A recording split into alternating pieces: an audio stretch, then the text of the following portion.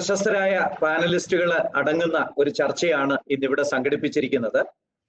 പങ്കെടുക്കുന്നത് Shri S Harikishore IAS executive director Kudumbashree ഉണ്ട്. കുടുംബശ്രീ നമ്മുടെ പൊതുജീവിതത്തിന്റെ ഒരു അവിഭാജ്യ ഘടകമാണല്ലോ. അതുപോലെ Shrimati Vasuki IAS Kerala agriculture department director ഇന്ന് പങ്കെടുക്കുന്നുണ്ട്. കളക്ടറായിട്ടും അതുപോലെ വേസ്റ്റ് മാനേജ്മെന്റുമായിട്ടൊക്കെ ബന്ധപ്പെട്ട് വളരെ ശ്രദ്ധേയമായ കോൺട്രിബ്യൂഷൻസ് നമ്മുടെ സംസ്ഥാനത്തിന് നൽകിയ ഒരു ഉദ്യോഗസ്ഥയാണ്. അതുപോലെ ഡോക്ടർ ആസാദ് മൂപ്പൻ നമുക്ക് എല്ലാവർക്കും യാതൊരു ഇൻട്രൊഡക്ഷനും കൂടാതെ യാതൊരു പരിചയപ്പെടുത്തലും കൂടാതെ അറിയാവുന്ന ഒരു വ്യക്തിത്വമാണ്. എറണാകുളത്തെ പ്രശസ്തമായ ആസ്റ്റർ മെഡിസിറ്റിയുടെ സാരഥിയും അതുപോലെ മറ്റനേക ബിസിനസ് ഗ്രൂപ്പുകളുടെയും സാരഥിയാണ്.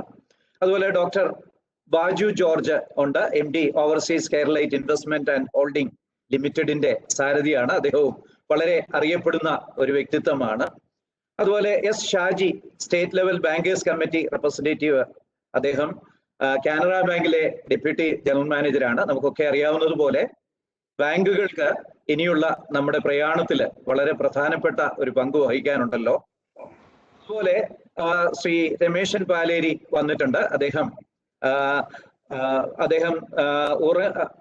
ഊരാളുങ്കൽ ലേബർ സൊസൈറ്റിയുടെ ചെയർമാനാണ്. കേരളത്തിലെ തന്നെ കോൺട്രാക്ടിംഗ് രംഗത്ത് വളരെയധികം വ്യക്തിമുദ്ര പതിപ്പിച്ച ഒരു വ്യക്തിത്വമാണ് അദ്ദേഹം. അതുപോലെ അദ്ദേഹം പ്രതിദാനം ചെയ്യുന്ന സ്ഥാപനവും ശ്രദ്ധേയമായ ഒരു സ്ഥാപനമാണ്. നമ്മുടെ വികസന പ്രവർത്തനങ്ങളിൽ ഒരു നിർണായക പങ്ക് വഹിക്കുന്നു. അതുപോലെ തന്നെ ശ്രീ ഹരികൃഷ്ണൻ നമ്പൂതിരി CEO നോർക്ക നമ്മോടൊപ്പം ഉണ്ട്. നോർക്കയും ഇന്നത്തെ ഈ സാഹചര്യത്തിൽ വളരെ അതിപ്രധാനമായ നിർണായകമായ ഒരു പങ്ക് വഹിക്കുന്നുണ്ടല്ലോ. ശ്രീ സജിത് സുകുമാരന് ചീഫ് ഓപ്പറേറ്റിംഗ് ഓഫീസർ കുടുംബശ്രീയും ഇന്ന് നമ്മോടൊപ്പം ചേരുന്നുണ്ട്. അദ്ദേഹവും തന്റേതായ മേഖലകളിൽ വളരെ ശ്രദ്ധാർഹമായ പ്രവർത്തനങ്ങൾ കാഴ്ചവെച്ചിട്ടുള്ള ഒരു പ്രതിഭാധനനാണ്. ആമുഖമായിട്ട് ഏതാനും കാര്യങ്ങൾ ഞാൻ പറഞ്ഞുകൊള്ളട്ടെ. നേരത്തെ തന്നെ പറഞ്ഞതുപോലെ അവരവര് സംസാരിക്കുമ്പോൾ മാത്രം അവരവരുടെ മൈക്ക് ഓൺ ചെയ്ത് വെക്കുക, അല്ലാത്തപ്പോൾ ഓഫ് ചെയ്ത് വെക്കാനായിട്ട് ശ്രദ്ധിക്കുക. എല്ലാവർക്കും ആദ്യ റൗണ്ടില് 7 മിനിറ്റ് വീതമാണ് ലഭ്യമായിരിക്കുന്നത്. ആ സമയത്തിനുള്ളിൽ നിർത്താൻ ശ്രദ്ധിക്കണമേ. അവസാനം നമ്മൾ കുറെ ചോദ്യങ്ങളും പ്രതീക്ഷിക്കുന്നുണ്ട്. നമ്മൾ കൂടുതൽ സമയം എടുത്താൽ ഒരു പക്ഷെങ്കിൽ ചോദ്യം ചോദിക്കേണ്ടവർക്ക് അതിനുള്ള അവസരം നിഷേധിക്കപ്പെട്ടു എന്ന് വന്നേക്കാം. കഴിയുന്നതും നമുക്ക് മലയാളത്തിൽ തന്നെ പറയുന്നതായിരിക്കും സൗകര്യം എന്ന് വിചാരിക്കുന്നു. അവരവരുടെ മേഖലകളിൽ ഒതുങ്ങി നിന്നുകൊണ്ടുള്ള നിർദ്ദേശങ്ങൾക്കായിരിക്കും കൂടുതൽ പ്രാധാന്യം എന്ന് ഞാൻ ഓർപ്പിക്കുകയാണ്. നമുക്കറിയാം, ലോകം വലിയ ഒരു മഹാമാരിയെ നേരിട്ടുകൊണ്ടിരിക്കുകയാണ്. ഇപ്പോൾ നമ്മൾ നേരിട്ടുകൊണ്ടിരിക്കുന്ന പ്രശ്നത്തെക്കാളും കൂടുതൽ ഭയാനകമായത് എന്നാണ് സാമ്പത്തിക രംഗത്തുള്ളവര് പറയുന്നത്. നമുക്ക് തന്നെ അറിയാം, ഇതിനോടകം 4 ലക്ഷത്തോളം മലയാളികൾ കേരളത്തിലേക്ക് തിരിച്ചു വരുന്നതിനെ കുറിച്ച് ചിന്തിച്ചുകൊണ്ടിരിക്കുന്നു. അതിന് വേണ്ട ശ്രമങ്ങൾ ആരംഭിച്ചു കഴിഞ്ഞിരിക്കുന്നു. അവരിൽ പലരും ജോലി നഷ്ടപ്പെട്ടവരാണ്. പലർക്കും അവിടെ നിൽക്കാനായിട്ട് സാഹചര്യം അനുകൂലമല്ലാത്തത് കൊണ്ട് മടങ്ങി വരുന്നവരാണ്. നമ്മുടെ സംസ്ഥാനത്തിന്റെ വികസനത്തില് വളരെ നിർണായകമായ സംഭാവനകൾ നൽകിയവരാണ് ഇവർ പലരും. അവര് മടങ്ങി വരുമ്പോൾ നമ്മുടെ സംസ്ഥാനത്തിന് അവരോട് തീർച്ചയായിട്ടും ഒരു ഉത്തരവാദിത്വമുണ്ട്. പൊതുസമൂഹത്തിന് അവരോട് ഒരു ഉത്തരവാദിത്വമുണ്ട്. മാത്രമല്ല, ഏത് പ്രതിസന്ധിയും ഒരവസരമാണല്ലോ. അങ്ങനെയാണെങ്കിൽ ഗൾഫിലൊക്കെ വളരെ നല്ല രീതിയിൽ വളരെ ശ്രദ്ധേയമായ സംഭാവനകൾ നൽകി മലയാളികളുടെ യശസ് വളർത്തിയ അവർക്ക് ലഭ്യമായിരിക്കുന്ന ആ അറിവും പരിജ്ഞാനവും ഒക്കെ തന്നെ കേരളത്തിന് വേണ്ടി ഉപയോഗിക്കുവാൻ, മാത്രമല്ല കേരള സർക്കാരിനും അതുപോലെ പൊതുസമൂഹത്തിനും അവരെ ഉപയോഗിച്ച് നമ്മുടെ വികസനം ഒന്നുകൂടെ മുന്നോട്ട് കൊണ്ടുപോകാനുള്ള ഒരവസരവുമായിട്ട് നമ്മൾ ഇതിനെ കാണേണ്ടതായിട്ടിരിക്കുന്നു. ആ ഒരു കോണ്ടെക്സ്റ്റിലാണ് ഈ വെബിനാർ ക്രമീകരിക്കപ്പെട്ടിരിക്കുന്നത്. വെള്ളപ്പൊക്കം കഴിഞ്ഞപ്പോൾ അതിന്റെ റീഹാബിലിറ്റേഷനെ സംബന്ധിച്ചുള്ള നിർദ്ദേശങ്ങൾ ഇങ്ങനെ വളരെ ശ്രദ്ധേയമായ പല മേഖലകളിലും ഇതുപോലുള്ള ഇനിഷ്യേറ്റീവ്സ് എടുത്തിട്ടുണ്ട്. പലപ്പോഴും മുമ്പേ പറക്കുന്ന ഒരു പക്ഷിയായിട്ട് ഈ രംഗങ്ങളിൽ കൂടുതൽ നിർദ്ദേശങ്ങൾ സർക്കാരിനും പൊതുസമൂഹത്തിനും സമർപ്പിക്കുന്നതിൽ മനോരമ വിജയിക്കുന്നു. ഇതും അതുപോലെയുള്ള ഒരു സംരംഭമാണ് എന്നുള്ളതിൽ സംശയമില്ല. ഞാൻ വളരെ ഇമിനന്റ് ആയിട്ടുള്ള വളരെ ശ്രദ്ധേയരായിട്ടുള്ള പാനലിസ്റ്റ് ഉള്ളത് കൊണ്ട് ഞാൻ കൂടുതലായിട്ട് ഈ ഘട്ടത്തിൽ ഒന്നും പറയുന്നില്ല. നമ്മുടെ ബഹുമാനപ്പെട്ട എം ഡി കുടുംബശ്രീക്ക് അടിയന്തരമായിട്ട് പോകേണ്ടുള്ളത് കൊണ്ട് ഞാൻ ആദ്യത്തെ അവസരം അദ്ദേഹത്തിന് കൊടുക്കുകയാണ്. Shri S Harikishore, executive director, Kudumbashree, ഇപ്പോഴ് നമ്മളോട് സംസാരിക്കുന്നതാണ്. അതിനുശേഷം ഓരോരുത്തരായിട്ട് നമുക്ക് നമ്മുടെ അഭിപ്രായങ്ങൾ പറയാവുന്നതാണ്. ഇത് ഒരു വിജയകരമായി തീരട്ടെ എന്ന് ഞാൻ ആശംസിക്കുന്നു. ഞാൻ ഹരികിഷോർ, കുടുംബശ്രീയുടെ എക്സിക്യൂട്ടീവ് ഡയറക്ടറാണ്. ശ്രീ ജെയിംസ് വർഗീസ് സാറ് സൂചിപ്പിച്ച പോലെ 11 മണിക്ക് ഗവൺമെന്റ് ഓഫ് ഇന്ത്യയുടെ ഒരു മീറ്റിംഗ് വീഡിയോ കോൺഫറൻസ് ഉള്ളത് കൊണ്ട് അതിന് പോകണം എന്നുള്ളതുകൊണ്ടാണ് ഞാൻ ജെയിംസ് സാറിനോട് ആദ്യം തന്നെ സംസാരിക്കാൻ അവസരം തരണം എന്ന് പറഞ്ഞിട്ടുള്ളത്. കുടുംബശ്രീയുമായി ബന്ധപ്പെട്ട സംശയങ്ങളും ഇതിന് മറുപടിയും പറയാൻ വേണ്ടി ഞങ്ങളുടെ ചീഫ് ഓപ്പറേറ്റിംഗ് ഓഫീസർ സജിത്ത് കൂടെ ഈ വെബിനാറിൽ പങ്കെടുക്കുന്നുണ്ട്. അപ്പോൾ അദ്ദേഹം എൻ്റെ സംഭാഷണം കണ്ടിന്യൂ ചെയ്തുകൊണ്ട് അതുമായി ബന്ധപ്പെട്ട സംശയങ്ങൾക്ക് ഉത്തരം പറയുകയും നിങ്ങളുടെ ഫീഡ്ബാക്കുകളൊക്കെ കേട്ടിട്ട് ഞങ്ങൾക്ക് അടുത്ത ഘട്ടം ആലോചന എങ്ങനെയാണ് ചെയ്യേണ്ടതെന്ന് അദ്ദേഹം ഇത് മുന്നോട്ട് കൊണ്ടുപോവുകയും ചെയ്യും. ഞാൻ എല്ലാ പ്രവാസികൾക്കും മുന്നിൽ ഒരു 5 ആശയങ്ങളാണ് അവതരിപ്പിക്കാൻ ആഗ്രഹിക്കുന്നത്. കുടുംബശ്രീയുമായി ചേർന്നുകൊണ്ടുള്ള ആശയങ്ങളാണ്. ജെയിംസ് വർഗീസ് സാറ് പറഞ്ഞ പോലെ അവരവരുടെ മേഖലയിൽ ഉൾപ്പെടുന്ന ആശയങ്ങൾ ചർച്ച ചെയ്യുക എന്നുള്ളതിൽ നിലനിർത്തിക്കൊണ്ട് കുടുംബശ്രീയുമായി ബന്ധപ്പെട്ട 5 ആശയങ്ങളാണ് എല്ലാവർക്കും വേണ്ടി പറയുന്നത്. ആദ്യത്തെ ആശയം, ഞങ്ങളുടെ എനിക്കറിയുന്ന ഒരു പ്രവാസിയുടെ ഭാര്യ, അദ്ദേഹത്തിൻ്റെ ഹസ്ബൻഡ് ഗൾഫിൽ നിന്നും തിരിച്ചു വന്നപ്പോൾ ജോലി ആയിട്ടില്ല.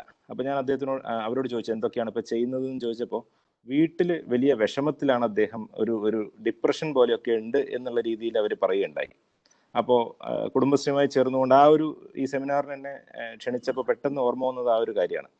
അപ്പോൾ അതുകൊണ്ട് കുടുംബശ്രീയുമായി ചേർന്നുകൊണ്ട് നമ്മൾക്ക് ചെയ്യാൻ പറ്റുന്ന ഏറ്റവും വലിയ സപ്പോർട്ട് എന്ന് പറഞ്ഞാൽ ഞങ്ങൾക്ക് എല്ലാവർക്കും വേണ്ട ഒരു സൈക്കോ സോഷ്യൽ സപ്പോർട്ട്. ആർക്കെങ്കിലും എന്തെങ്കിലും വിഷമങ്ങളോ അല്ലെങ്കിൽ എന്തെങ്കിലും ബുദ്ധിമുട്ടോ മാനസികമായ പ്രയാസങ്ങളോ ഒക്കെ ഉണ്ടാവുകയാണെങ്കിൽ കുടുംബശ്രീയുടെ നേതൃത്വത്തിൽ ഒരു 350ഓളം കമ്മ്യൂണിറ്റി കൗൺസിലർമാരുണ്ട്.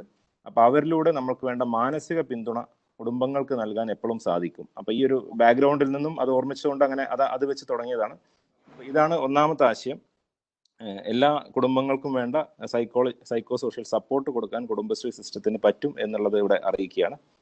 രണ്ടാമത്, സംരംഭങ്ങളെ കുറിച്ച് പറയുകയാണെങ്കിൽ രണ്ടാമത്തെ ആശയം, അത് കുടുംബശ്രീ അംഗങ്ങൾക്ക് മാത്രമേ പറ്റുകയുള്ളൂ. കുടുംബശ്രീ അംഗങ്ങളായിട്ടുള്ള, കുടുംബശ്രീ എന്ന് പറഞ്ഞാൽ നിങ്ങൾക്കറിയാം കേരളത്തിന്റെ ദാരിദ്ര്യ നിർമ്മാർജ്ജന മിഷനാണ് കുടുംബശ്രീ. എല്ലാ പഞ്ചായത്തിന്റെ തലത്തിലും എല്ലാ വാർഡിലും ഒക്കെ അയൽക്കൂട്ടങ്ങളുണ്ട്. കുടുംബശ്രീ അംഗമായ ഒരു വനിത ഉണ്ടെങ്കിൽ അവരുടെ ഭർത്താവാണ് പ്രവാസിയെങ്കിൽ, അല്ല അംഗമായ ആൾ തന്നെയാണ് സ്ത്രീയാണ് പ്രവാസിയെങ്കിൽ, ഇവർക്ക് സംരംഭങ്ങൾ തുടങ്ങാൻ വേണ്ടി കുടുംബശ്രീക്ക് യുവശ്രീ എന്നൊരു പ്രോഗ്രാം ഉണ്ട്. പുരുഷനായാലും സ്ത്രീ ആയാലും പറ്റും, പക്ഷെ കുടുംബശ്രീ അംഗമായിരിക്കണം എന്ന് മാത്രമേ ഉള്ളൂ. അങ്ങനെ യുവശ്രീ എന്ന ഈ പ്രോഗ്രാം വഴി ഒരു പ്രവാസിയായിട്ടുള്ള ഒരാൾ സംരംഭം തുടങ്ങുകയാണെങ്കിൽ അവർക്ക് വേണ്ട എല്ലാ സപ്പോർട്ടുകളും, ഇതിനു വേണ്ട ചില ക്യാപിറ്റൽ സബ്സിഡി ഉണ്ട്, പലിശ സബ്സിഡി ഉണ്ട്, ഇതിനു വേണ്ടിയിട്ടുള്ള മാർക്കറ്റിംഗ് സപ്പോർട്ട് ഉണ്ട്, തുടങ്ങിയ കുടുംബശ്രീയുടെ സിസ്റ്റത്തിലുള്ള ധാരാളം സഹായങ്ങൾ നമ്മൾക്ക് പ്രവാസികൾ തുടങ്ങുന്ന സംരംഭങ്ങൾക്ക് നൽകാൻ പറ്റും. ഒരേ ഒരു കണ്ടീഷൻ, കുടുംബശ്രീ അംഗമായിരിക്കണം എന്നുള്ളതാണ്. ഇനി മൂന്നാമത്തെ ആശയം, രണ്ടാമത് പറഞ്ഞ ആശയം എന്ന് പറഞ്ഞാൽ സെൽഫ് എംപ്ലോയ്മെന്റ് സംബന്ധിച്ചാണ്, സ്വയം തൊഴിൽ സംബന്ധിച്ചാണ്. ഇനി മൂന്നാമത്തെ ആശയം വേജ് എംപ്ലോയ്മെന്റ് സംബന്ധിച്ചാണ്. ഇതിനും ഒരു ചെറിയ ലിമിറ്റേഷൻ ഉണ്ട്. 35 വയസ്സിൽ താഴെയുള്ള ആൾക്കാരാണെങ്കിൽ, 35 വയസ്സിൽ താഴെയുള്ള പ്രവാസികളായിട്ടുള്ള ആളുകളാണെങ്കിൽ നമ്മൾക്ക് സൗജന്യമായി സ്കിൽ ട്രെയിനിങ് കൊടുത്തുകൊണ്ട് അവർക്ക് ഇഷ്ടമുള്ള 100ഓളം മേഖലകളുണ്ട്. സ്ത്രീകൾക്കും പുരുഷന്മാർക്കും പറ്റും. കുടുംബശ്രീ അംഗമാവണമെന്നുമില്ല.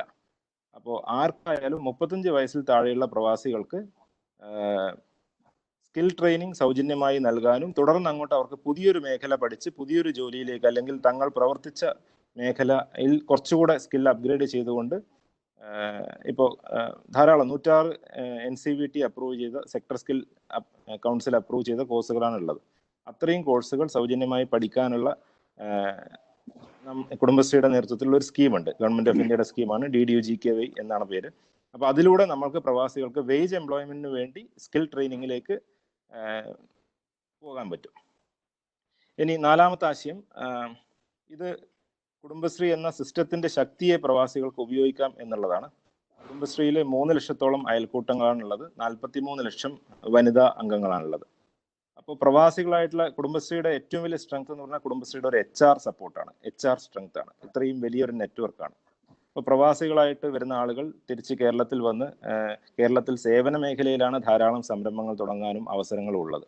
അപ്പോൾ അപ്പോൾ അത്തരത്തിലുള്ള ഒരു സംരംഭങ്ങൾ ഇപ്പോൾ ഡോക്ടർ ആസാദ് മൂപ്പൻ അടക്കമുള്ളവരുള്ളത് കൊണ്ട് ഇപ്പോൾ നമുക്ക് ജെറിയാട്രിക് കെയർ പ്രൊഫഷണൽസ് ആയിട്ടുള്ള ആളുകളെ വളർത്തിയെടുക്കാൻ വേണ്ടി കൊണ്ടുവരാൻ വേണ്ടിയിട്ട് നമ്മൾക്കൊരു പ്രവാസിയായിട്ടുള്ള ഒരാൾ ഒരു സംരംഭം തുടങ്ങാനാണെങ്കിൽ കുടുംബശ്രീ സിസ്റ്റത്തിൽ നിന്നുള്ള ധാരാളം ആളുകൾ നമുക്ക് ഈ സപ്പോർട്ടിലേക്ക് വേണ്ടി എംപ്ലോയ് ചെയ്യാൻ വേണ്ടിയിട്ട് അതിനുള്ള സെലക്ഷനിൽ ഞങ്ങൾ സഹായിക്കാം. അതിനുള്ള ഈ സിസ്റ്റത്തിൽ നിന്ന് ആളുകൾക്ക് വേണ്ട ട്രെയിനിങ് കൊടുക്കാനും അങ്ങനെയുള്ള കാര്യങ്ങളൊക്കെ ഞങ്ങൾക്ക് ചെയ്യാൻ പറ്റും. അപ്പോൾ സേവന മേഖലയിൽ കൂടുതൽ HR ഇൻറ്റൻസീവ് ആയിട്ടുള്ള സംരംഭങ്ങൾ തുടങ്ങാൻ ഉദ്ദേശിക്കുന്ന പ്രവാസികൾ ഉണ്ടെങ്കിൽ കുടുംബശ്രീ സിസ്റ്റത്തിൻ്റെ ശക്തി ഉപയോഗിക്കാം. ആളുകളുടെ ഏത് മേഖലയിലും, അതാണ് ഞാൻ സിസ്റ്റത്തിന്റെ ശക്തി എന്ന് പറഞ്ഞത്. കാസർഗോഡ് ജില്ലയിലെ ഏറ്റവും ദൂരെയുള്ള പഞ്ചായത്തിലാണെങ്കിലും തിരുവനന്തപുരത്തെ ഏറ്റവും റിമോട്ടായിട്ടുള്ള വില്ലേജിലാണെങ്കിലും എവിടെയാണെങ്കിലും കുടുംബശ്രീക്ക് ആളുകളുണ്ട് എന്നുള്ളത് കൊണ്ട് ഏത് സ്ഥലത്തും വേണ്ട ആളുകളെ എംപ്ലോയ് ചെയ്തുകൊണ്ട് ഒരു സേവന മേഖലയിൽ സംരംഭം തുടങ്ങാൻ പ്രവാസികൾക്ക് പറ്റും. ഇനി അവസാനത്തെ ഒരു ആശയം, ഇത് 5ാമത്തെ ആശയം, ഞാൻ ഇന്ന് രാവിലെ നോർക്കയുടെ CEO-യുമായിട്ടൊന്ന് ചർച്ച ചെയ്തിരുന്നു. അദ്ദേഹം ഒന്ന് ആലോചിച്ചിട്ട് നമുക്ക് പറയാമെന്ന് പറഞ്ഞിട്ടുണ്ട്. അത് പൂർണ്ണമായിട്ടും പ്ലാൻ ആയിട്ടില്ല എങ്കിലും ഞങ്ങൾക്ക് തോന്നിയത് പ്രവാസികളായിട്ടുള്ള ആളുകൾ കേരളത്തിലെ എല്ലാ പഞ്ചായത്തുകളിലേക്കും വരികയാണ്. അപ്പം അങ്ങനെ ആകുമ്പോൾ പ്രവാസികളുടെ ഒരു പ്രൊഫൈൽ നോർക്കയും കുടുംബശ്രീയും കൂടി ചേർന്നെടുത്തുകൊണ്ട് കുടുംബശ്രീ സിസ്റ്റത്തിലൂടെ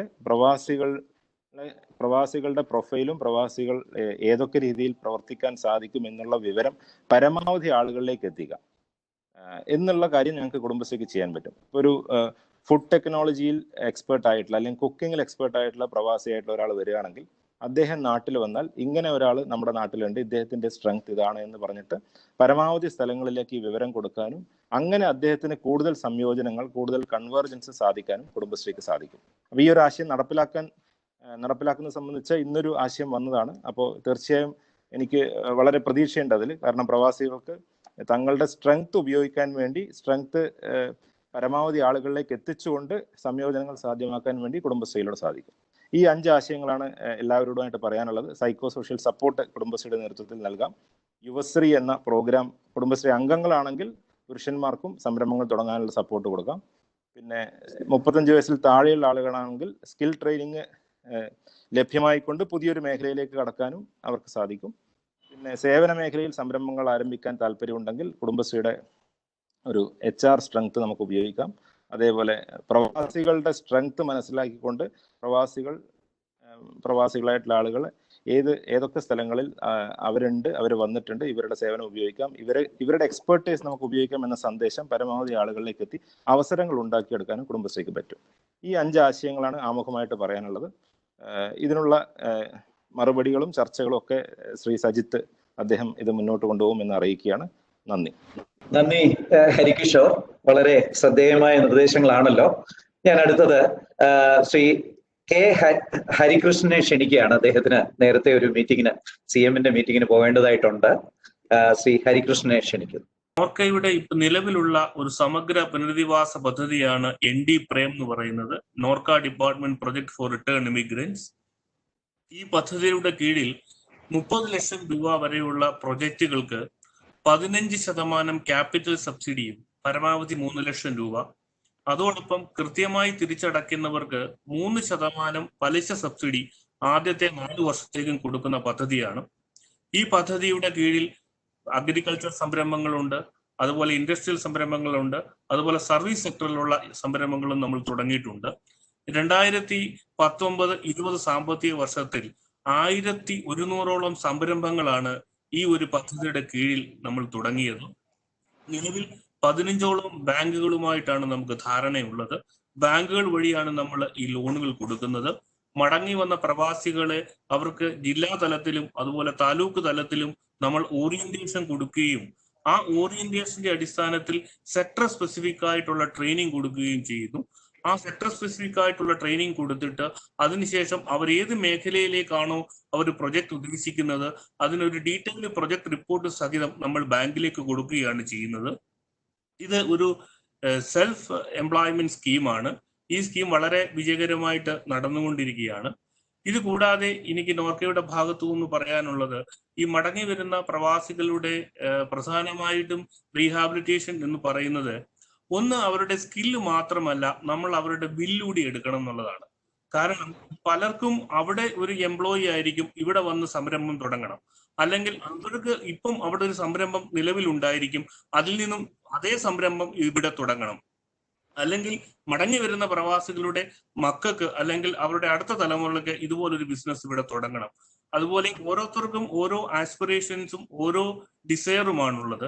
അതുകൊണ്ട് അവരുടെ സ്കിൽ നമ്മൾ പ്രൊഫൈൽ ചെയ്യുന്നതോടൊപ്പം തന്നെ അവരുടെ ബില്ലൂടെ നമ്മൾ പ്രൊഫൈൽ ചെയ്യേണ്ടതാണ്.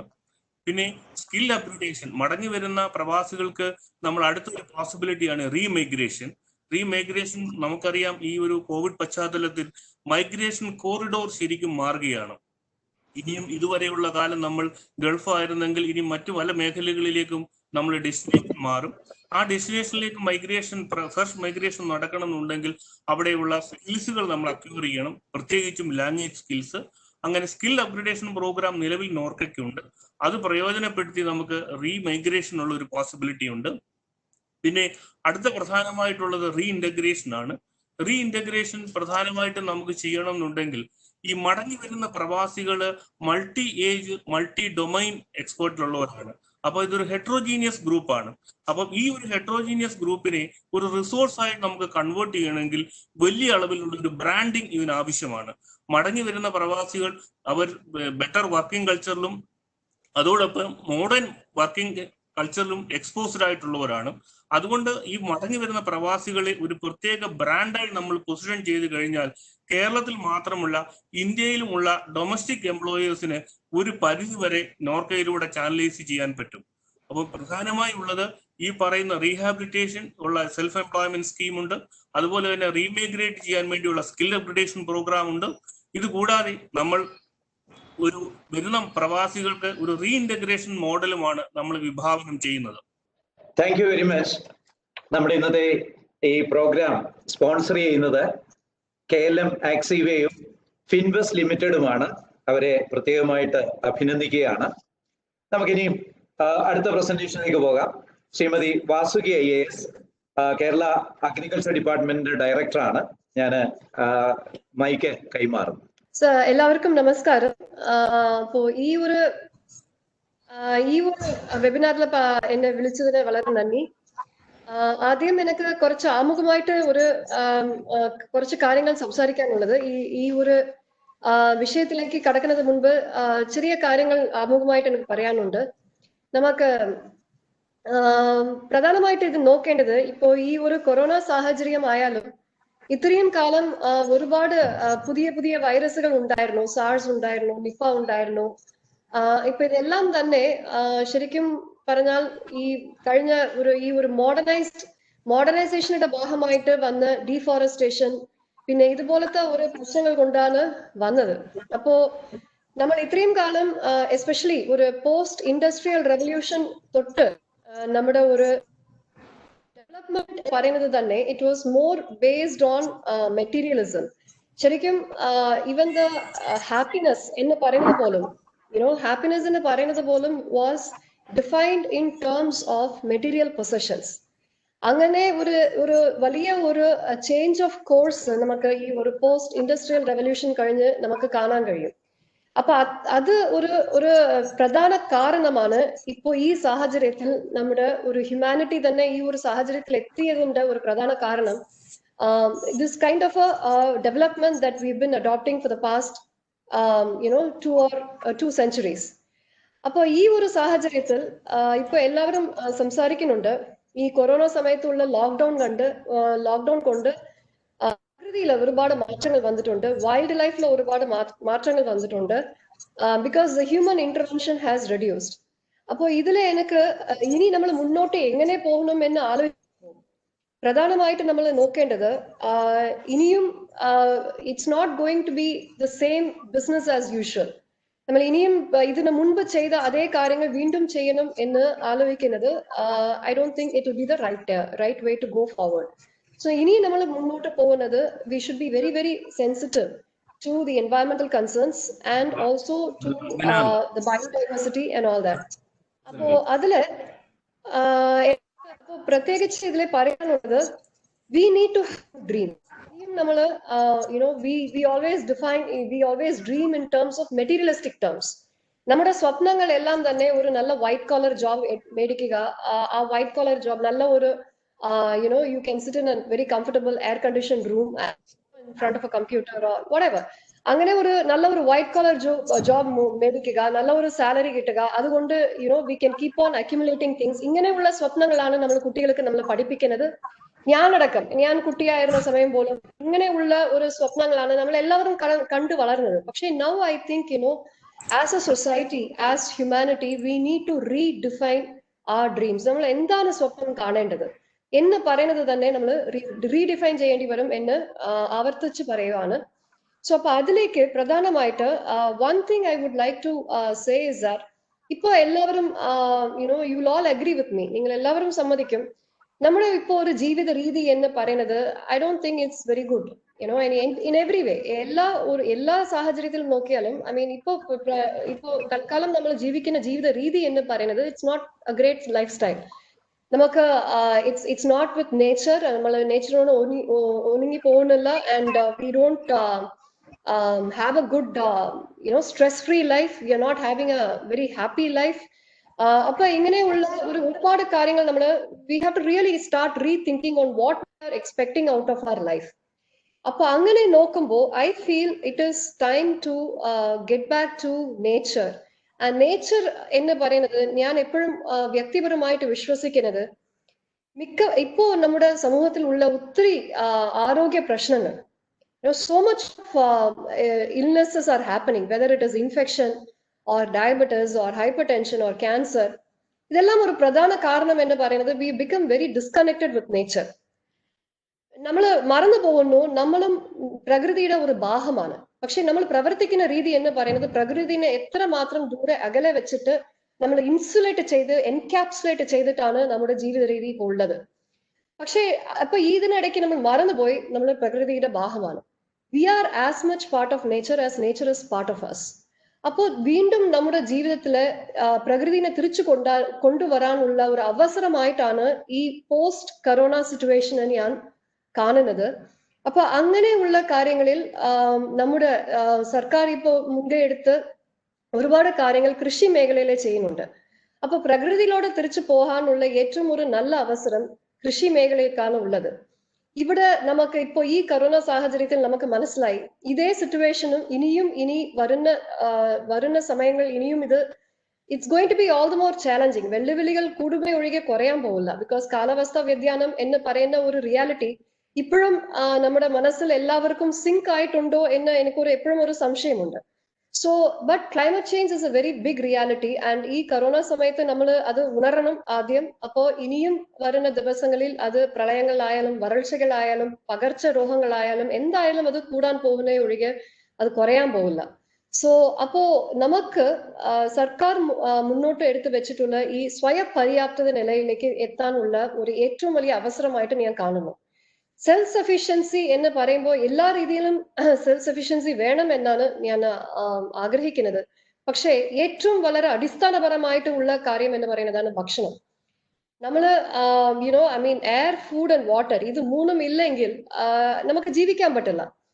ഈ ഭക്ഷണം എന്ന് പറയുന്നത് we cannot live without food. ബാക്കി ഇല്ല എങ്കിലും നമുക്ക് ജീവിക്കാം. പക്ഷെ very basic necessity of life is this air, water and food. And ഇതിൽ എയറും വാട്ടറും നമ്മൾ ഉൽപ്പന്നം ചെയ്യുന്നില്ല, ബട്ട് ഭക്ഷണം നമ്മൾ ഉൽപ്പാദിക്കുവാണ്. അപ്പൊ ആ ഭക്ഷണത്തിൽ പോലും നമ്മൾ സ്വയം പര്യാപ്തതയിലേക്ക് ഇല്ല എന്ന് പറയുന്നത് I think that is somehow we have proceeded to this extent. നേരത്തെ അങ്ങനെ ഉണ്ടായിരിക്കാൻ സാധ്യതയില്ല. പണ്ടൊക്കെ നോക്കിയാൽ കേരളവും സ്വയം പര്യാപ്തതയായി ആയിരിക്കും. ഇത്രയും ഒരു ട്രേഡ് എന്ന് പറയുന്നത് പണ്ട് ഉണ്ടായിരിക്കത്തില്ല.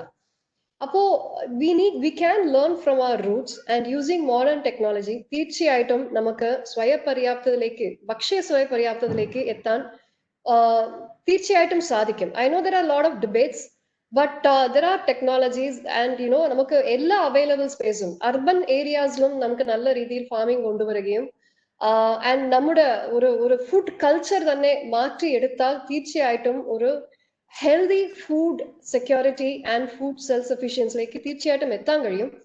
അപ്പോ ഇതിലെ എനിക്ക് പ്രവാസികളോട് പറയാനുള്ളത്, as I said, when they come here, I know Hari was saying that some people are really depressed. I think such people should get out to nature, because nature, enna parayunnathu prakrithikku, it has a healing touch on us. Nature can heal us. They say ഒരുപാട് രോഗങ്ങൾ നേച്ചറിനോട് കുറച്ച് സമയം ചെലവ് ചെയ്താൽ തന്നെ ആ രോഗങ്ങൾ കുറയും എന്ന് ഇപ്പോ പറയുന്ന ഒരുപാട് ഈ പോസിറ്റീവ് സൈക്കോളജി എന്ന് പറയുന്ന ഈ ഒരു മേഖലയിലെ എല്ലാ ഡോക്ടേഴ്സും പറയുന്നത് ഇതാണ്: how nature heels your mind and your body. Appo idile I feel farming can be a wonderful healing therapy, and it's not just a healing therapy, it is a great career. തീർച്ചയായിട്ടും നമ്മുടെ go local എന്ന ഇപ്പൊ ഒത്തിരി campaign എല്ലാ സ്ഥലത്തും നടക്കുന്നുണ്ട്. I think we should go local. നമ്മുടെ ഈ പ്രാദേശിക എക്കോണമി നമ്മൾ ശക്തപ്പെടുത്താനുള്ള ഏറ്റവും ഒരു നല്ല അവസരമാണ്.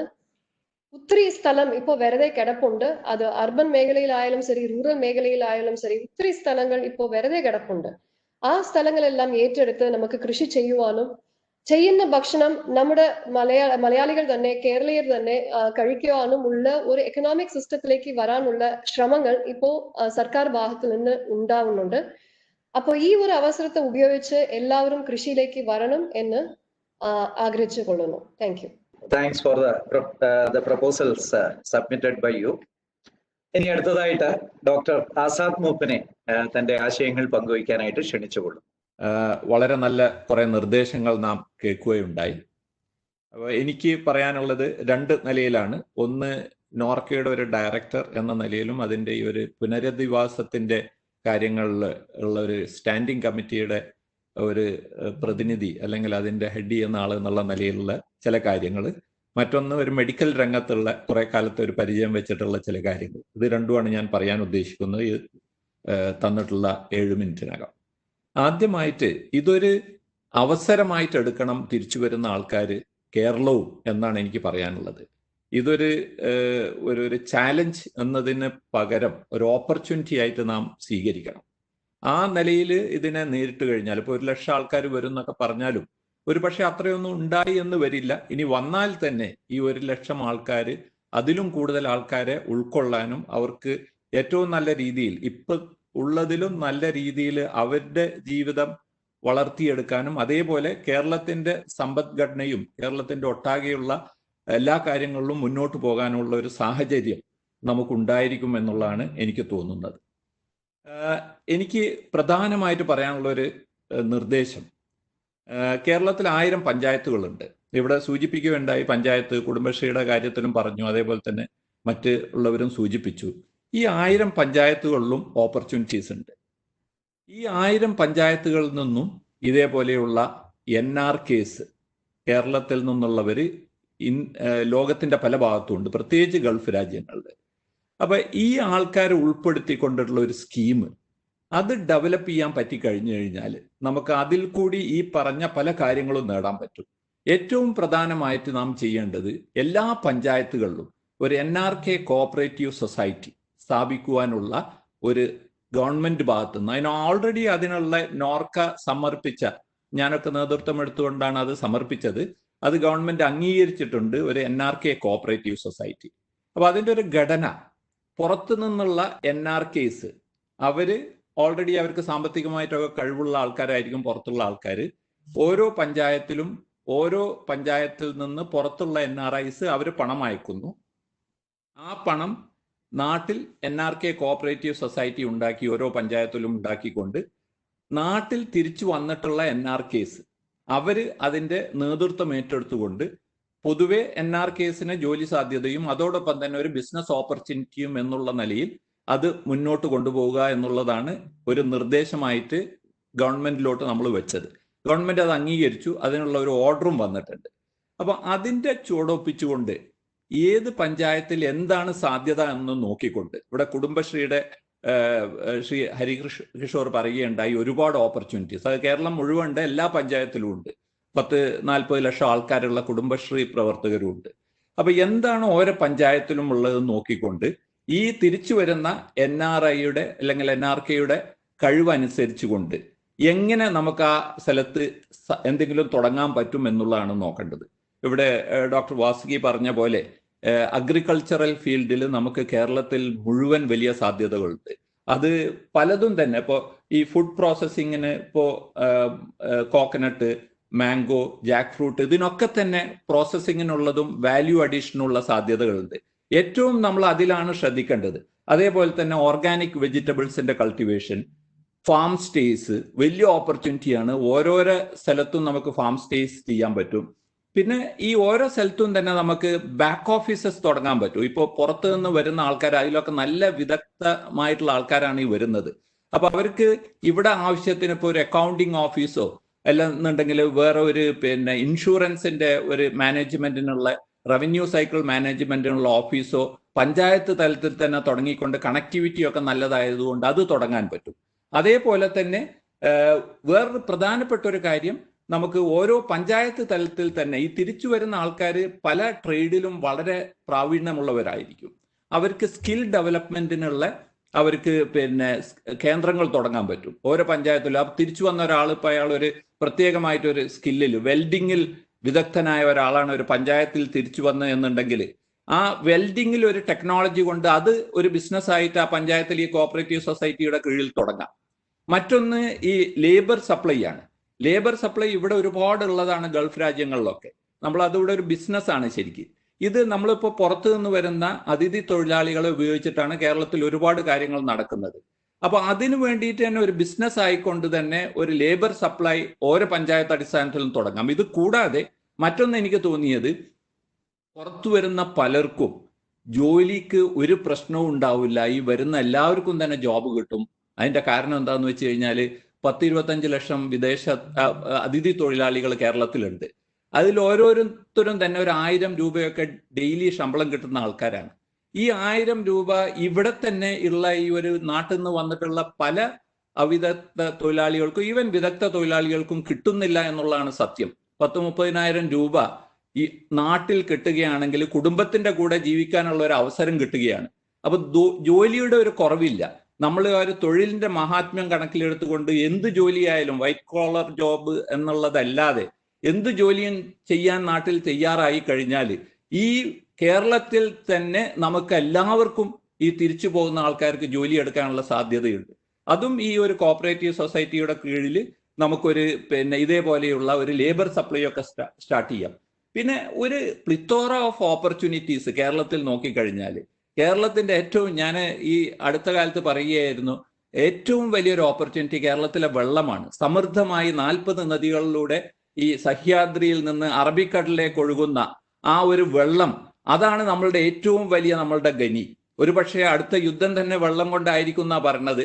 അപ്പോൾ ഈ പെട്രോളിനും കൂടുതൽ വില കൂടിയതാണ് വെള്ളം. ലോകം മുഴുവൻ വെള്ളത്തിന് നോക്കിക്കൊണ്ടിരിക്കുകയാണ്.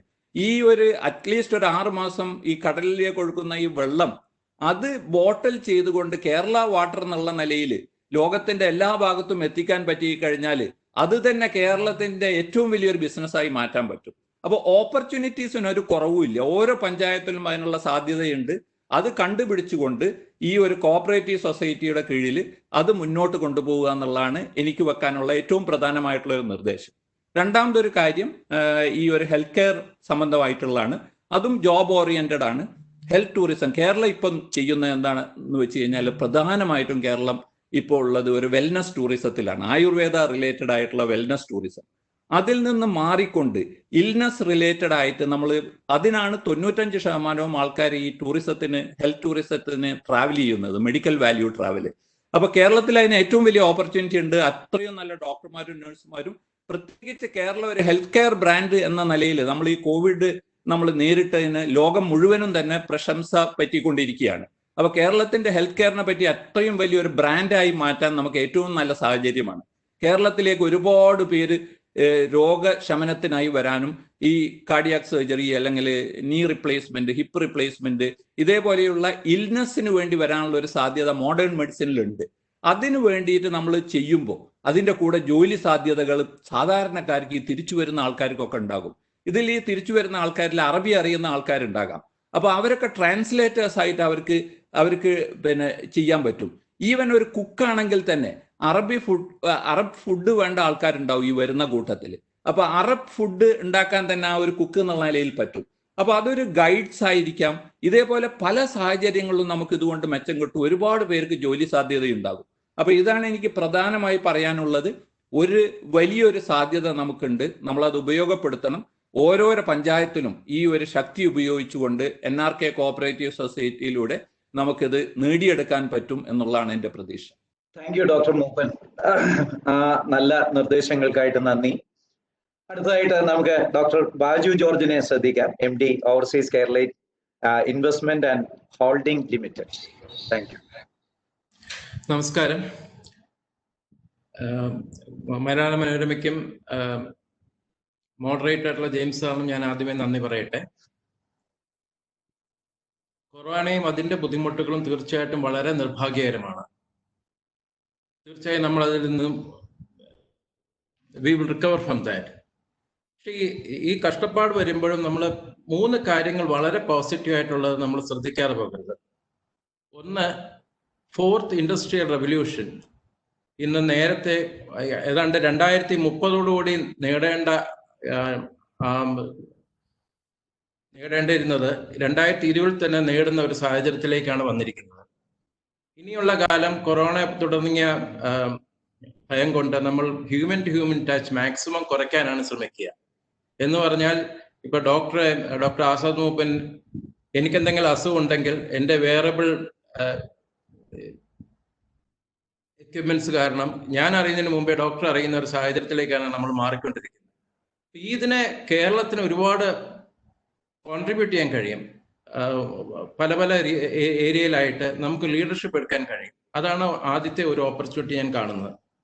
രണ്ടാമത്, ഇപ്പോൾ നമ്മൾ പറയുന്ന റിവേഴ്സ് മൈഗ്രേഷൻ, അതിന്റെ ഗ്രാവിറ്റി എന്താണ്?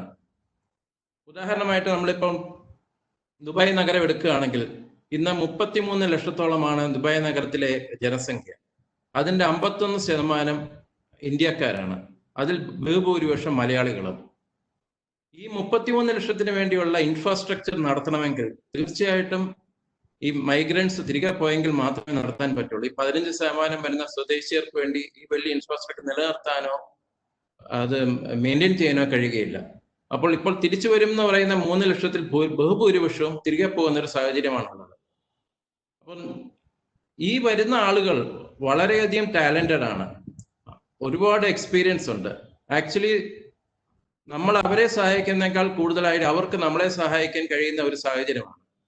നമ്മളത് വളരെ അത് യൂട്ടിലൈസ് ചെയ്യാനുള്ള ഒരു മെക്കാനിസം നമുക്ക് ഉണ്ട് എന്നുണ്ടെങ്കിൽ തീർച്ചയായിട്ടും നമ്മൾ മറ്റൊരു സിംഗപ്പൂറായി മാറാനുള്ള ഒരു ഓപ്പർച്യൂണിറ്റിയാണ് നമുക്ക് ഇന്ന് കൈവന്നിരിക്കുന്നത് ഈ റിവേഴ്സ് മൈഗ്രേഷൻ കൊണ്ട്.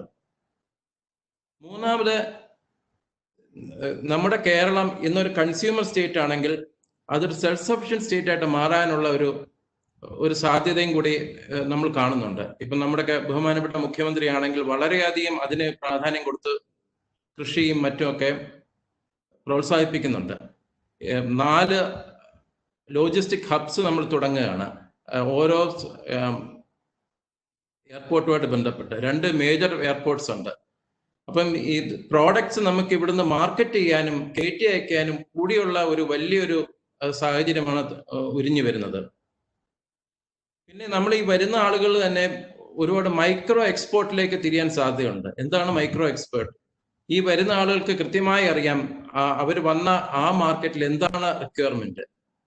അത് ആ സ്പെഷ്യലൈസ്ഡ് ആയിട്ടുള്ള പ്രോഡക്ട്സ് കണ്ടെത്തി അവർക്ക് അയക്കാൻ കഴിയും. ഉദാഹരണമായി ചില ഫ്രൂട്ട് പ്രോഡക്ട്സ് ഇവിടെയുള്ള റിക്വയർമെന്റ് പ്രൈസിന്റെ 5-6 ഇരട്ടിയാണ് ദുബായിലെ വില. അപ്പൊ അങ്ങനെ വരുമ്പോൾ അവർക്ക് ചെറിയ തോതിലാണെങ്കിൽ 1-2 കണ്ടെയ്നർ വീതം കയറ്റി അയക്കാനും അവിടെയുള്ള അവരുടെ സുഹൃത്തുക്കളോ ബന്ധുക്കളോ മറ്റു അസോസിയേറ്റ്സ് വഴി അത് മാർക്കറ്റ് ചെയ്യാനോ കഴിയും.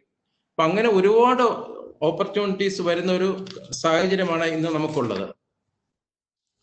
ഞാൻ overseas Keralite investment and holding എന്ത് ചെയ്യുന്നു എന്നുകൊണ്ട് ഞാൻ ഒരു വാക്കോടെ പറഞ്ഞുകൊള്ളട്ടെ.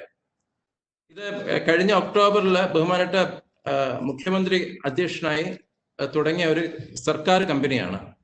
ഇതിന്റെ ഉദ്ദേശം എന്താണെന്ന് പറഞ്ഞാൽ നമ്മുടെ സമൂഹത്തിന് ആവശ്യമായ ചില കോർ ഏരിയസിൽ ഇൻഫ്രാസ്ട്രക്ചർ ഡെവലപ്മെന്റ് നടത്തുക എന്നുള്ളതാണ്.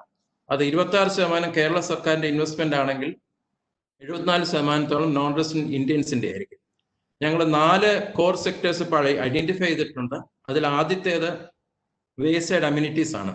അതിനെ റെസ്റ്റ് സ്റ്റോപ്പ് എന്നാണ് ബ്രാൻഡ് ചെയ്തിരിക്കുന്നത്. ഇത് 3 മുതൽ 5 ഏക്കർ ഏരിയയിൽ നാഷണൽ ഹൈവേയുടെയും സ്റ്റേറ്റ് ഹൈവേയുടെയും സൈഡിൽ വേസൈഡ് അമ്യൂണിറ്റീസ് ബിൽഡ് ചെയ്യുക, അത് ഓപ്പറേറ്റ് ചെയ്യുക എന്നുള്ളതാണ്. ഈ വേസൈഡ് അമ്യൂണിറ്റീസിൽ ഫുഡ് കോർട്ട് ഉണ്ടാകും, പെട്രോൾ സ്റ്റേഷൻ ഉണ്ടാകും, നല്ല ടോയ്ലറ്റ്സ് ഉണ്ടാകും, ക്ലിനിക് ഉണ്ടാകും. അങ്ങനെ യാത്രക്കാർക്ക് വേണ്ട എല്ലാ സൗകര്യങ്ങളും, ചുരുക്കി പറഞ്ഞാൽ ആളുകൾക്ക് 50-60 കിലോമീറ്റർ കൂടുമ്പോൾ ഒന്ന് ബ്രേക്ക് ചെയ്യാൻ, ഒരു ചായ കുടിക്കാൻ കഴിഞ്ഞാൽ ഒരുപക്ഷെ ആക്സിഡൻസിന്റെ പോലും കുറഞ്ഞു എന്ന് വരാം. അപ്പൊ അങ്ങനത്തെ ഒരു പ്രോജക്റ്റാണ് ഈ ചെയ്യുന്നത്. ഈ ഓരോ പ്രോജക്റ്റിലും ഏതാണ്ട് അതിന്റെ വലിപ്പം അനുസരിച്ച് 1000-ഓളം ആളുകൾക്ക് ഡയറക്റ്റ് എംപ്ലോയ്മെന്റ് കിട്ടും. ഇവിടെയും നമുക്ക് നോൺ റെസിഡന്റ് കേരളൈറ്റ്സിനെ വളരെയധികം പ്രയോജനപ്പെടുത്താൻ കഴിയും. കാരണം ഈ വരുന്നവർക്ക് ഹോസ്പിറ്റാലിറ്റിയിൽ, അതല്ലെങ്കിൽ ഹൗസ് കീപ്പിങ്ങിൽ, മെയിൻ്റനൻസിൽ, പെട്രോൾ സ്റ്റേഷനിൽ, ഓട്ടോമൊബൈൽ മെയിൻ്റനൻസിൽ എല്ലാം എക്സ്പീരിയൻസ് ഉള്ള ആളുകളാണ് ഈ വരുന്നത്. ഇവരെ നമുക്ക് പ്രയോജനപ്പെടുത്തി കഴിഞ്ഞാൽ ഗ്ലോബൽ സ്റ്റാൻഡേർഡിൽ ഈ റെസ്റ്റ് സ്റ്റോപ്പുകൾക്ക് പ്രവർത്തിക്കാനുള്ള ഒരു സാഹചര്യം ഉണ്ടാവും. അപ്പൊ അതുകൊണ്ടും കൂടാണ് ഞങ്ങൾ ഈ ഇങ്ങനത്തെ പ്രോജക്ട്സിന് പ്രാധാന്യം കൊടുത്തുകൊണ്ട് മുമ്പോട്ട് പോകുന്നത്. ഇതിനെക്കുറിച്ചുള്ള കൂടുതൽ വിവരങ്ങൾ അറിയുന്നതിന് ദയവേത് OKIH.org എന്നുള്ള വെബ്സൈറ്റ് സന്ദർശിക്കുക. നിങ്ങൾക്ക് ഇതിനെ കൂടുതൽ വിവരങ്ങൾ നിങ്ങളെ അറിയിക്കാൻ ഞങ്ങൾക്കും താല്പര്യമുണ്ട്. അതുകൊണ്ട് അതിന്റെ താഴെ കൊടുക്കുന്ന ലിങ്കിൽ നിങ്ങളുടെ പേര് തരികയാണെങ്കിൽ ഇതിന്റെ ഡെവലപ്മെന്റ്സ് ഞങ്ങൾ അറിയിച്ചുകൊണ്ടിരിക്കുകയും ചെയ്യാം. നന്ദി. Thank you doctor Baju. ശ്രദ്ധേയമായ നിർദ്ദേശങ്ങൾക്ക് നന്ദി. അടുത്തായിട്ട് നമുക്ക് Shri S. Shaji, state level bankers committee റെപ്രസെന്റേറ്റീവ്സിനെ ശ്രദ്ധിക്കാം. Shri S. Shaji. Thank you sir. പലരും നന്ദി പറയുന്നു. ഈ പ്രാവശ്യം നമ്മുടെ കേരളത്തിന്റെ ഒരു സ്ഥിതി ഒരു മറ്റ് നാച്ചുറൽ കലാമിറ്റീസ് ഉണ്ടായ വർഷങ്ങളെ വെച്ച് നോക്കുമ്പോൾ വ്യത്യസ്തമാണ് ഈ പ്രാവശ്യം. നമുക്ക് കഴിഞ്ഞ ഫ്ലഡ്സ് എല്ലാം ഉണ്ടായിരുന്ന സമയത്ത് നമ്മളെ ഹെൽപ്പ് ചെയ്തത് NRIs ആണ്. കാരണം അന്ന് അവർ എഫക്റ്റഡിലായിരുന്നില്ല. അപ്പൊ അതുകൊണ്ട് നമുക്ക് റെമിറ്റൻസ് വന്നു. ആ റെമിറ്റൻസ് നമുക്ക് ഇവിടുത്തെ കാര്യങ്ങൾ സെറ്റിൽ ചെയ്യാൻ നമുക്ക് വളരെ ഉപകരിച്ചു. ഈ പ്രാവശ്യം ഒരുപക്ഷെ നമ്മളെക്കാൾ എഫക്റ്റഡ് ആയത് NRIs ആണ്. അതുകൊണ്ട് തീർച്ചയായിട്ടും അവരെ തിരിച്ച് ഒരു സെറ്റിൽമെന്റിലേക്ക് കൊണ്ടുവരാൻ നമ്മൾ ബാധ്യസ്ഥരാണ്. അതാണ് ആദ്യമായിട്ട് എനിക്ക് പറയാനുള്ളത്. ഞാൻ ഒരു ബാങ്കർ എന്ന നിലയ്ക്ക് എന്റെ ഒരുപാട് കസ്റ്റമേഴ്സ് NRI കസ്റ്റമേഴ്സ് വിളിക്കുകയുണ്ടായി. അപ്പൊ അവരെല്ലാം ചോദിച്ചത് നോർക്ക എങ്ങനെ കോണ്ടാക്ട് ചെയ്യും, അല്ലെങ്കിൽ ഇതെങ്ങനെ നമുക്ക് ഒരു സംരംഭം സ്റ്റാർട്ട് ചെയ്യാം. ഇവരടുത്തൊക്കെ ഞാൻ ചോദിച്ചു എന്ത് സംരംഭമാണ് സ്റ്റാർട്ട് ചെയ്യാൻ പോകുന്നത്, അതവർക്ക് അറിയില്ല. അപ്പം അവർക്ക് ഒരു മെസ്സേജ് കിട്ടിയെന്ന് പറയുന്നത് ഇവിടെ നോർക്കയെ സമീപിച്ചാൽ അവർക്കൊരു ഒരു ഫണ്ടിങ് കിട്ടും. ആ ഫണ്ടിങ് വെച്ച് അവർക്ക് എന്തും തുടങ്ങാം. എന്റെ ഒരു അനുഭവത്തില് എനിക്ക് തോന്നിയിട്ടുള്ളത് നമ്മള് പലപ്പോഴും ഒരു ഹേർഡ് മെന്റാലിറ്റിയെ വെച്ചിട്ടാണ് പോകുന്നത്. അപ്പൊ ഈവൻ കഴിഞ്ഞ പ്രാവശ്യം നോർക്കയുടെ ഹെൽപ്പ് വന്നപ്പോഴത്തേക്ക് ഞാൻ നോക്കിയിട്ടുണ്ട്, ഒരുപക്ഷെ ബാങ്കിൽ വന്ന മെജോറിറ്റി കസ്റ്റമേഴ്സും ചോദിച്ചത് ടാക്സിയാണ്, ഒരു ടാക്സി പ്രോജക്ട്. അപ്പൊ നമ്മൾ ടാക്സി പ്രോജക്ട് മാത്രമായിട്ട് നമ്മൾ ഫണ്ട് ചെയ്താൽ ഒരിക്കലും ഒരു സക്സസ് ആവില്ല. കാരണം നമ്മളൊരു ചെറിയൊരു കോമൺ അടുത്ത് പോകാനായിട്ട് ഒരിക്കലും ടാക്സി പിടിക്കാം, കാസ്റ്റിയാണ്. മറിച്ച് ഇപ്പൊ നോർക്ക നമ്മുടെ ആസമോഹൻ സാർ പറഞ്ഞ പോലെ അതിന് NRI കോപ്പറേറ്റീവ് സൊസൈറ്റീസ് ഫോം ചെയ്തിട്ട് ലൈക്ക് സ്കിൽഡ് പേഴ്സൺസിനെ അതിലേക്ക് ഒരു ഗ്രൂപ്പിംഗ് ആക്കിയിട്ട് ആ ഒരു ഗ്രൂപ്പിങ്ങിന് ഒരു ടൈപ്പ് ഓഫ് ഫൈനാൻസ് കൊടുക്കുകയും അത് ഓല അല്ലെങ്കിൽ ഉബർ പോലെ ഒരു ആപ്പ് വഴി കണക്ട് ചെയ്യാൻ ചെയ്യുകയാണെങ്കിൽ തീർച്ചയായിട്ടും അതിനൊരു ഹ്യൂജ് മാർക്കറ്റ് ഉണ്ട്. അപ്പൊ അത്തരത്തിലായിരിക്കണം നമ്മുടെ ആക്ടിവിറ്റി. നമ്മളൊരു ടാർഗറ്റ് ഓറിയന്റഡ് ലെൻഡിങ് അല്ലെങ്കിൽ ടാർഗറ്റ് ഓറിയന്റഡ് പ്ലാൻസിനേക്കാൾ എപ്പോഴും ഉപരി അതിന്റെ ഒരു മാർക്കറ്റിംഗ് സ്കോപ്പ് എത്രയാണ്, ആ രീതിയിൽ ശരിക്കും ഒരു അസസ്മെന്റ് നടത്തിയിട്ട് വേണം നമ്മൾ മുന്നോട്ട് പോകാൻ. എനിക്ക് പലപ്പോഴും തോന്നിയിട്ടുള്ളത് വരുന്ന NRIs മെജോറിറ്റി സ്കിൽ ലേബേഴ്സ് ആണ്. അവരുടെ സ്കിൽ എന്ന് പറഞ്ഞാൽ ഹൈടെക് സ്കിൽസ് അല്ല, ഒരു ആവറേജ് സ്കിൽസ് ഉള്ള ലേബേഴ്സ് പോലുള്ളവരാണ് വരുന്നത്. അപ്പൊ നമുക്ക് ഫോർ എക്സാമ്പിൾ നമ്മളൊരു ഈ പഞ്ചായത്തിൽ അല്ലെങ്കിൽ NRI സൊസൈറ്റീസ് എന്ന് പറയുന്ന സാധനം ആ മേസൺസ് അല്ലെങ്കിൽ ഒരു പ്ലംബേഴ്സ് അവര് ഗ്രൂപ്പ് ഫോം ചെയ്ത് അല്ലെങ്കിൽ പാർട്ണർഷിപ്പ് ഫോം ചെയ്ത് അത്തരത്തിലുള്ള പാർട്ണർഷിപ്സിന് നോർക്ക വഴിക്ക് അസിസ്റ്റൻസും ഇന്റർസെപ്ഷനും കിട്ടിയാൽ അത്തരം യൂണിറ്റ് ഒരു ബൈബിൾ യൂണിറ്റ് ആക്കി കൊണ്ടുപോകാൻ സാധിക്കും.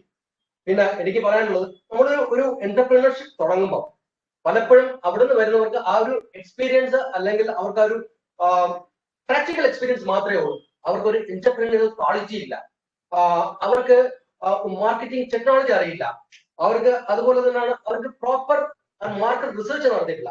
അപ്പം നമ്മൾ നോർക്ക അല്ലെങ്കിൽ അതുപോലത്തെ ഏജൻസീസ് ഒരു പ്രൊജക്ട് അവർക്ക് കൊടുക്കുകയാണെങ്കിൽ അതിന് ബിഫോർ ആയിട്ട് തന്നെ അവർക്കൊരു പ്രോപ്പർ എന്റർപ്രീനിയർ ട്രെയിനിങ് കൊടുക്കണം, ഒരു മാർക്കറ്റിംഗ് ടാക്ടിക്സ് അവർക്ക് പറഞ്ഞു കൊടുക്കണം. അതോടൊപ്പം അവരുടെ സെൽഫ് മാനേജ്മെന്റ്, ഫിനാൻഷ്യൽ മാനേജ്മെന്റ് അത്തരത്തിലുള്ള കാര്യത്തിൽ ഒരു വ്യക്തത കൊടുത്ത് ഒരു സമഗ്രമായ ഒരു ട്രെയിനിങ് കൊടുത്തതിന് ശേഷം മാത്രമേ നമ്മൾ അവരെ ഫണ്ടിങ്ങിലേക്ക് കൊണ്ടുവരാൻ വരാവുള്ളൂ.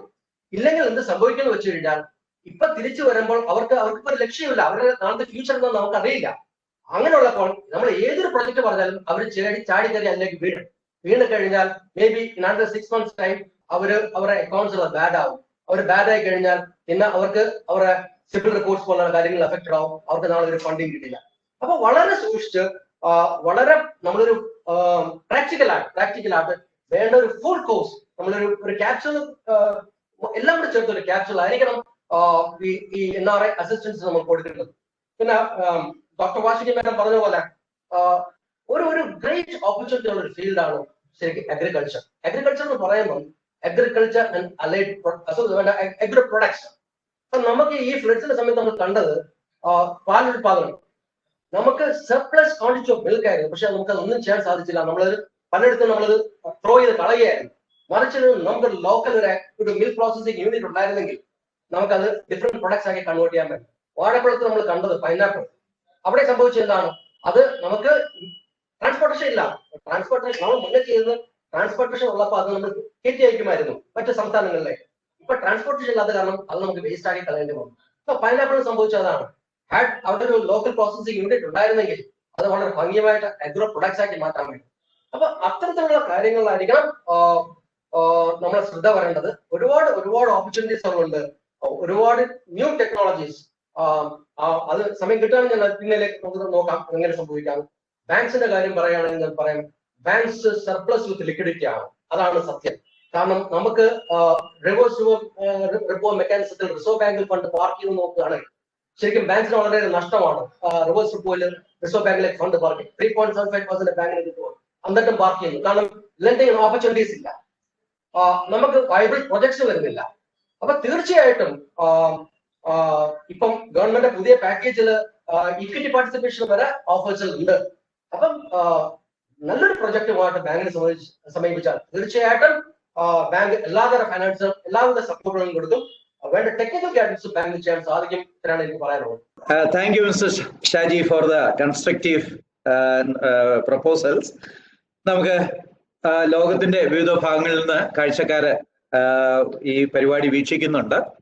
അവർക്ക് അവരുടേതായ ചോദ്യങ്ങളോ അഭിപ്രായങ്ങളോ ഉണ്ടെങ്കിൽ അയക്കാനുള്ള സ്വാതന്ത്ര്യമുണ്ട്. അതിന് കഴിയുന്നത്ര ഉത്തരം നൽകാൻ ശ്രമിക്കുന്നതാണ്. ഈ പരിപാടി സ്പോൺസർ ചെയ്യുന്നത് KLM ആക്സീവ ഫിൻവെസ്റ്റ് ലിമിറ്റഡ് ആണ്. അവരെയും നന്ദിയോടുകൂടെ ഓർക്കുന്നു. നമുക്ക് അടുത്തതായിട്ട് ശ്രീ രമേശൻ പാലേരി, ചെയർമാൻ ഊരാലുങ്കൽ സൊസൈറ്റിയുടെ അഭിപ്രായങ്ങൾക്കായിട്ട് കാതോർക്കാം. എല്ലാവർക്കും നമസ്കാരം. ഇങ്ങനെ ഒരു വെബിനാർ സംഘടിപ്പിച്ചതിന് മനോരമയ്ക്ക് ആദ്യമായിട്ട് നന്ദി പ്രകാശിപ്പിക്കുകയാണ്. നമുക്കറിയാം, കോവിഡിന് ശേഷമുള്ള ഒരു പ്രതിസന്ധി എന്ന് പറയുന്നത് നമ്മുടെ മലയാളികളായ പ്രവാസികളുടെ തിരിച്ചുവരവാണ്. അല്ലെങ്കിൽ നമ്മുടെ ഇതര സംസ്ഥാന തൊഴിലാളികൾ തിരിച്ചു പോകുന്നപ്പോൾ കേരളത്തിൽ വരാൻ പോകുന്ന ഒരു വലിയ പ്രത്യാഘാതമാണ് നമുക്കറിയാം. വലിയൊരു പ്രതിസന്ധിയാണ് തരണം ചെയ്യാൻ പോകുന്നത്. അതിന് ഞങ്ങളുടെ മേഖലയിൽ, കൺസ്ട്രക്ഷൻ മേഖലയിലുള്ള അനുഭവങ്ങളാണ് ഞാനിവിടെ പങ്കുവെക്കാൻ പോകുന്നത്. കൺസ്ട്രക്ഷൻ മേഖലയിൽ നമുക്ക് ഇതര സംസ്ഥാന തൊഴിലാളികൾ തിരിച്ചു പോകുമ്പോൾ ഉണ്ടാകുന്ന പ്രയാസങ്ങൾ. അപ്പം നമുക്ക് ലോകത്തിന്റെ പല ഭാഗത്തും, അല്ലെ യൂറോപ്യൻ രാജ്യങ്ങളിലും, അല്ലെ അമേരിക്ക, ഇംഗ്ലണ്ട് എന്നീ രാജ്യങ്ങളൊക്കെ സ്കില്ലിന്റെ കാര്യത്തിൽ 50% മുകളിലാണ്.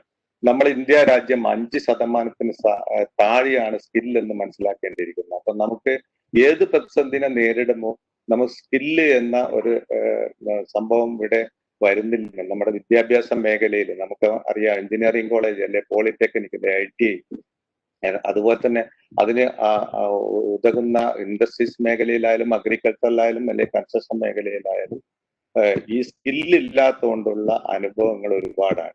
അപ്പൊ നമുക്കറിയാം, തിരിച്ചു വരുന്ന നമ്മളെ പ്രവാസികളിൽ ഭൂരിഭാഗവും നല്ല നോളജും നല്ല സ്കില്ലും അതുപോലെ തന്നെ നല്ല ഇൻവെസ്റ്റേഴ്സും കൂടിയാണ്. അവരെ നമുക്ക് നന്നായിട്ട് ഉപയോഗപ്പെടുത്താനാവും. നേരത്തെ ഇവിടെ പലരും പങ്കുവെച്ചതുപോലെ അവരുടെ കഴിവ് തന്നെ നമുക്ക് കേരളത്തിനെ സംബന്ധിച്ചിടത്തോളം ഒരുപാട് മുന്നേറ്റം കൊണ്ടുപോകാൻ നമുക്ക് സാധിക്കും.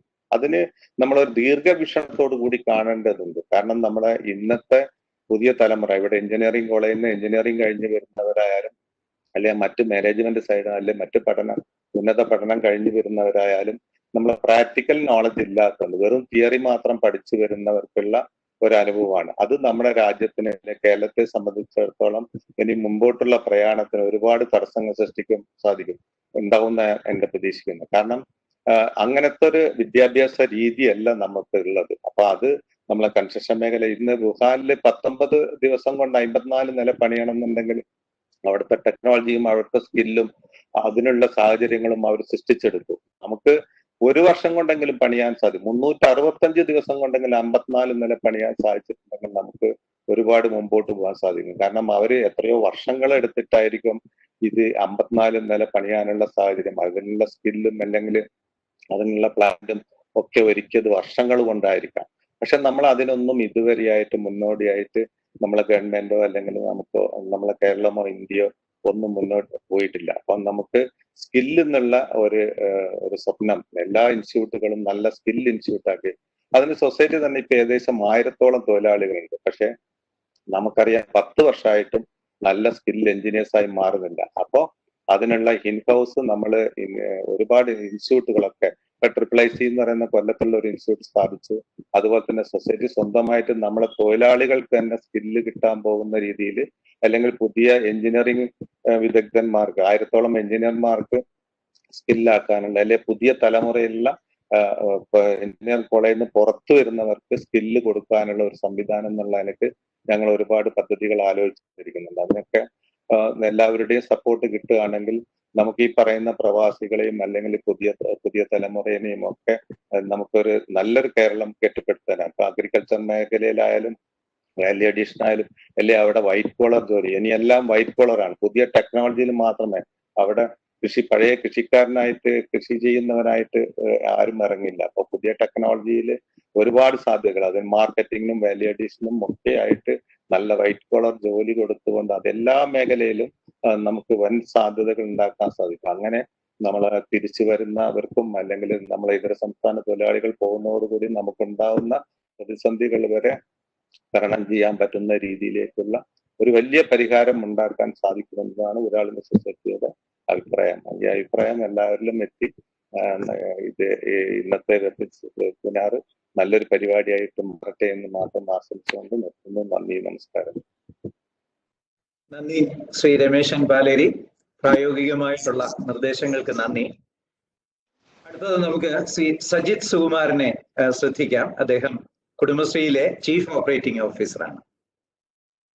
ശ്രീ സജിത്. എല്ലാവർക്കും നമസ്കാരം. കുടുംബശ്രീയുടെ 5 ആശയങ്ങൾ ഹരീഷോർ കേൾക്കാമല്ലോ അല്ലേ സർ? കുടുംബശ്രീയുടെ 5 ആശയങ്ങൾ എക്സിക്യൂട്ടീവ് ഡയറക്ടർ ഇവിടെ പറഞ്ഞു കഴിഞ്ഞു. അതിനകത്ത് അദ്ദേഹം പെട്ടെന്ന് പറഞ്ഞപ്പം വിട്ടുപോയ ചില കാര്യങ്ങൾ മാത്രം ഞാൻ ഒന്ന് പൂരിപ്പിക്കാം. ഒന്ന്, ഈ യുവശ്രീ പദ്ധതിയെക്കുറിച്ച് പറഞ്ഞു. അപ്പം അദ്ദേഹം പറഞ്ഞതിൻ്റെ ഒരു മൊത്തം അടിസ്ഥാനമായിട്ട് കാണുന്നത് എനിക്ക് തോന്നുന്നത് ഈ സംരംഭങ്ങൾ തുടങ്ങുന്ന ഒരു ചെറിയ ബിസിനസ്സുകൾ തുടങ്ങുന്നതിലാണ് കുടുംബശ്രീയുടെ ഒരു സഹായം പൊതുവെ ആൾക്കാർക്ക് കിട്ടുക. അതിനകത്ത് നമ്മൾ ഓർത്തിരിക്കേണ്ട ഒരു കാര്യം എന്ന് പറയുന്നത് കുടുംബശ്രീ ഒരു ദാരിദ്ര്യ നിർമ്മാർജ്ജന മിഷനാണ്, അതോടൊപ്പം സ്ത്രീകളുടെ സംഘടനയാണ്. അപ്പൊ അതിൻ്റെ ഒരു പരിമിതിക്കകത്താണ് അത് പ്രവർത്തിക്കുന്നത്. എന്നാൽ പോലും ഈ യുവശ്രീ പദ്ധതിക്കകത്ത് പുരുഷന്മാർക്കും പറ്റും. അത് കുടുംബശ്രീ അംഗങ്ങളാവണമെന്നില്ല, കുടുംബശ്രീ കുടുംബാംഗങ്ങൾക്കും ആവാം. ഒരു വ്യക്തിക്ക് അയാളുടെ അമ്മയോ സഹോദരിയോ ഭാര്യയോ ആരെങ്കിലും കുടുംബശ്രീ അംഗമാണെങ്കിൽ അവർക്കും ഈ ഇതിന്റെ ഒരു പ്രവർത്തനത്തിൽ ഏർപ്പെടാവുന്നതാണ്, സംരംഭങ്ങൾ തുടങ്ങാനായിട്ട്. പിന്നെ അതിൽ 18 മുതൽ 45 വയസ്സ് വരെയുള്ള സജിജി, പുതിയതായിട്ട് വരുന്നവർക്ക് മെമ്പർഷിപ്പ് എടുക്കാനായിട്ട് പറ്റുമോ? അവര് നമ്മുടെ കണ്ടീഷൻസ് സാറ്റിസ്ഫൈ ചെയ്യുന്ന? പറ്റുമല്ലോ സാർ. പുതിയതായിട്ട് അവർക്ക് അയൽക്കൂട്ടത്തിലേക്ക് ചേരാൻ പറ്റും. മിക്കവരുടെ എനിക്ക് തോന്നുന്നു നല്ലൊരു ശതമാനം ആൾക്കാരുടെ മെമ്പർമാരായിരിക്കും. അപ്പൊ 18 മുതൽ 45 വരെയുള്ള ഏജ് ഗ്രൂപ്പിനാണ് ഇത് പറ്റുക. പിന്നെ ഈ വേജ് എംപ്ലോയ്മെന്റ് കാര്യത്തിലും സാറ് പറഞ്ഞു, ഇതിനകത്ത് 35 വയസ്സ് വരെ ഉള്ളവർക്ക് പരിശീലനം കൊടുത്ത് തൊഴിൽ അവസരത്തിലേക്ക്, അപ്പൊ അതിപ്പം ദേശീയ അവാർഡ് തന്നെ കിട്ടുന്ന രീതിയിൽ കുടുംബശ്രീ ആ രംഗത്ത് ഇന്ത്യയിലെ തന്നെ ഏറ്റവും മുന്നിട്ട് നിൽക്കുന്ന ഒരു ഏജൻസിയാണ് ഈ തൊഴിൽ കൊടുക്കുന്നതിലും. പരിശീലനം കൊടുത്ത് അവർക്ക് തൊഴിൽ കൊടുക്കുകയും ആ തൊഴിലിലെ റിട്ടൻഷൻ കൂടെ നോക്കിക്കഴിഞ്ഞാൽ കുടുംബശ്രീയാണ് ഏറ്റവും മികച്ചെന്ന് നിൽക്കുന്നത്. അതിന്റെ റെക്കഗ്നിഷൻ കുടുംബശ്രീ കിട്ടിയിട്ടുണ്ട്. അതിനകത്ത് നമ്മൾ ശ്രദ്ധിക്കേണ്ട ഒരു സംഗതി, സ്ത്രീകൾക്ക് 45 വയസ്സ് വരെ ആവാം.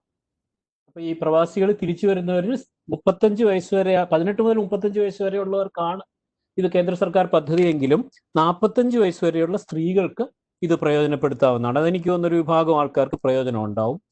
സമാനമായിട്ട് അതിനകത്ത് വേറൊരു കമ്പണന്റ് ഹരികിഷോർ സാറ് പറയാൻ വിട്ടുപോയത്,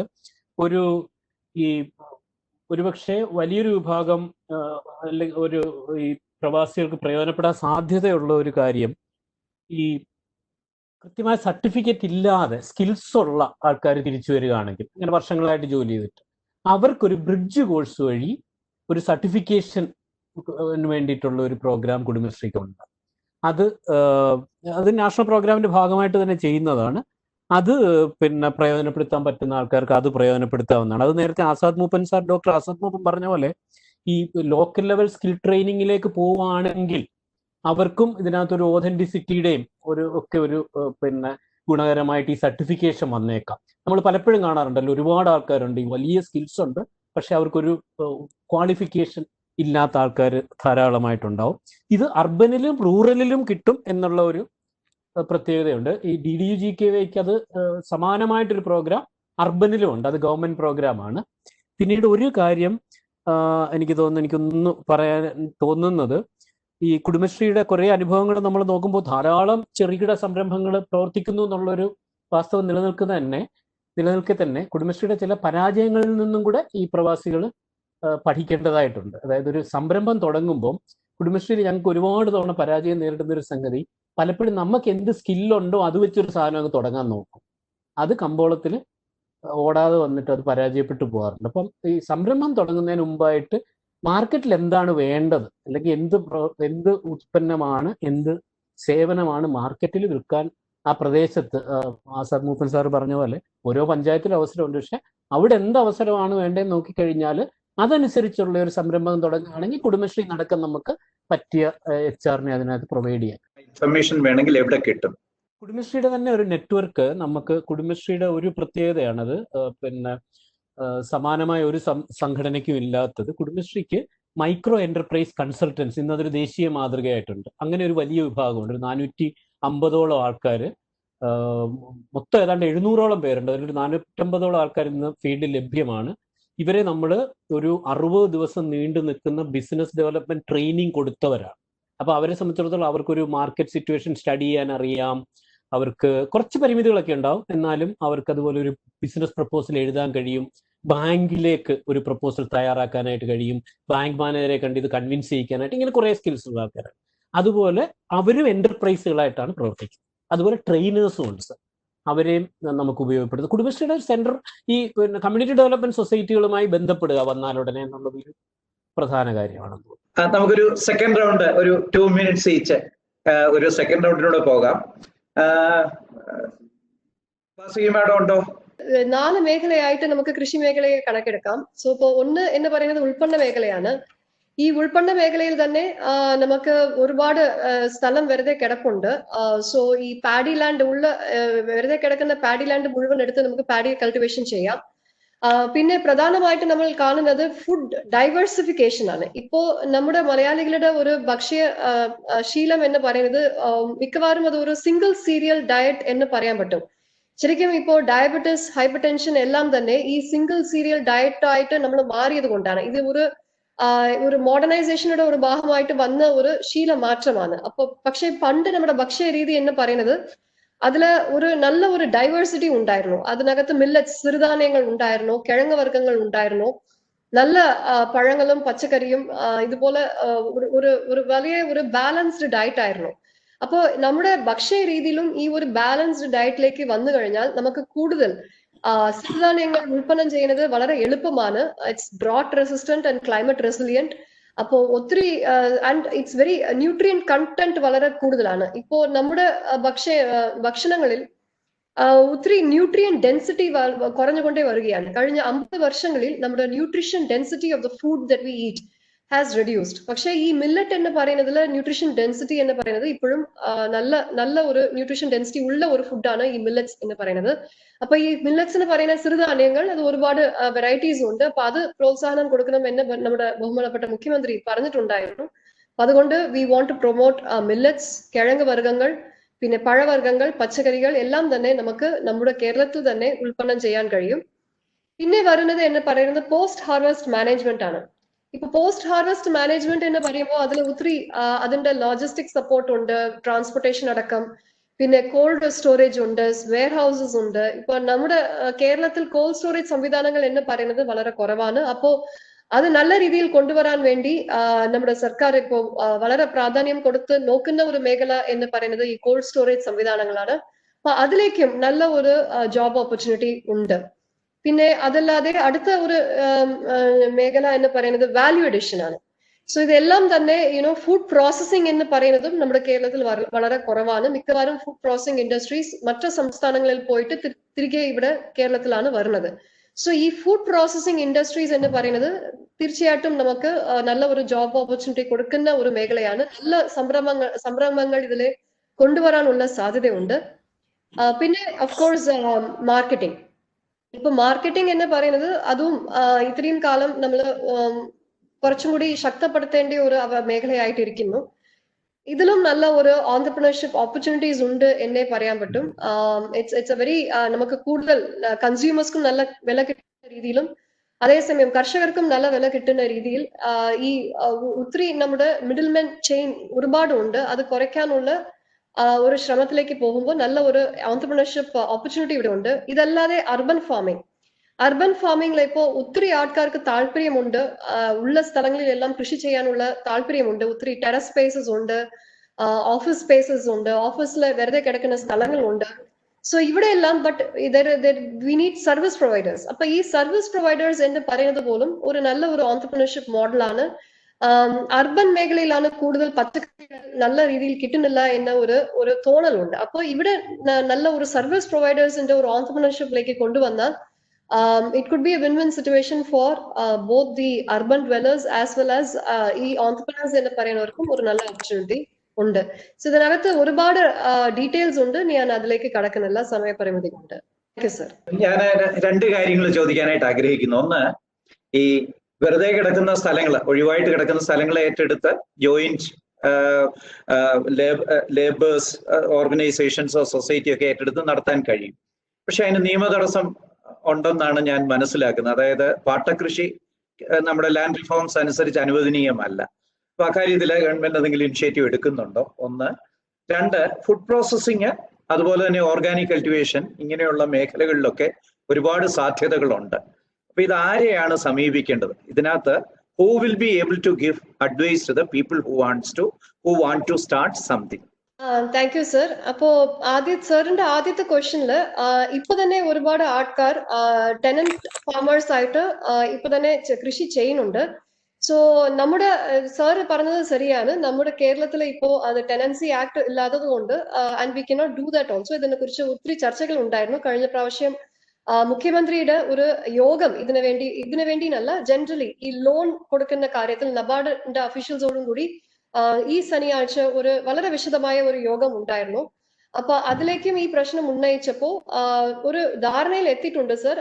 അതായത് നമുക്ക് ഈ ഒരു ജനറലി ഇപ്പോ ഒരു അഗ്രിമെന്റ് എന്ന രീതിയിലാണ് ഇപ്പോ ടെനന്റും പിന്നെ ഉടമസ്ഥരും ഒരു ടെമ്പററി അഗ്രിമെന്റ് ആണ് അവർ ചെയ്യുന്നത്. ഈ അഗ്രിമെന്റും പിന്നെ ആ കരമടച്ച രസീതും കൂടി കാണിച്ചാൽ ബാങ്ക് ഇതിനു വേണ്ടിയുള്ള ലോൺ സംവിധാനങ്ങൾ കൊടുക്കുന്നുണ്ട് സർ. അപ്പൊ അതില് ഒരു തടസ്സം ഉണ്ടാവില്ല എന്ന് നബാർഡിന്റെ ഭാഗത്തു നിന്നും പിന്നെ അതേസമയം കോഓപ്പറേറ്റീവ് ബാങ്ക്സിന്റെ ഭാഗത്തു നിന്നും ഒരു ഉറപ്പ് വന്നിട്ടുണ്ട്. So I mean this kind of an informal agreement with ഈ ഒരു കരമടച്ച രസീതും കൂടി കൊടുത്താൽ തീർച്ചയായിട്ടും ഇത് അവർക്ക് ടെനന്റ് എന്ന ഒരു രീതിയിൽ അവർക്ക് ഒരു അംഗീകാരം കിട്ടും തീർച്ചയായിട്ടും.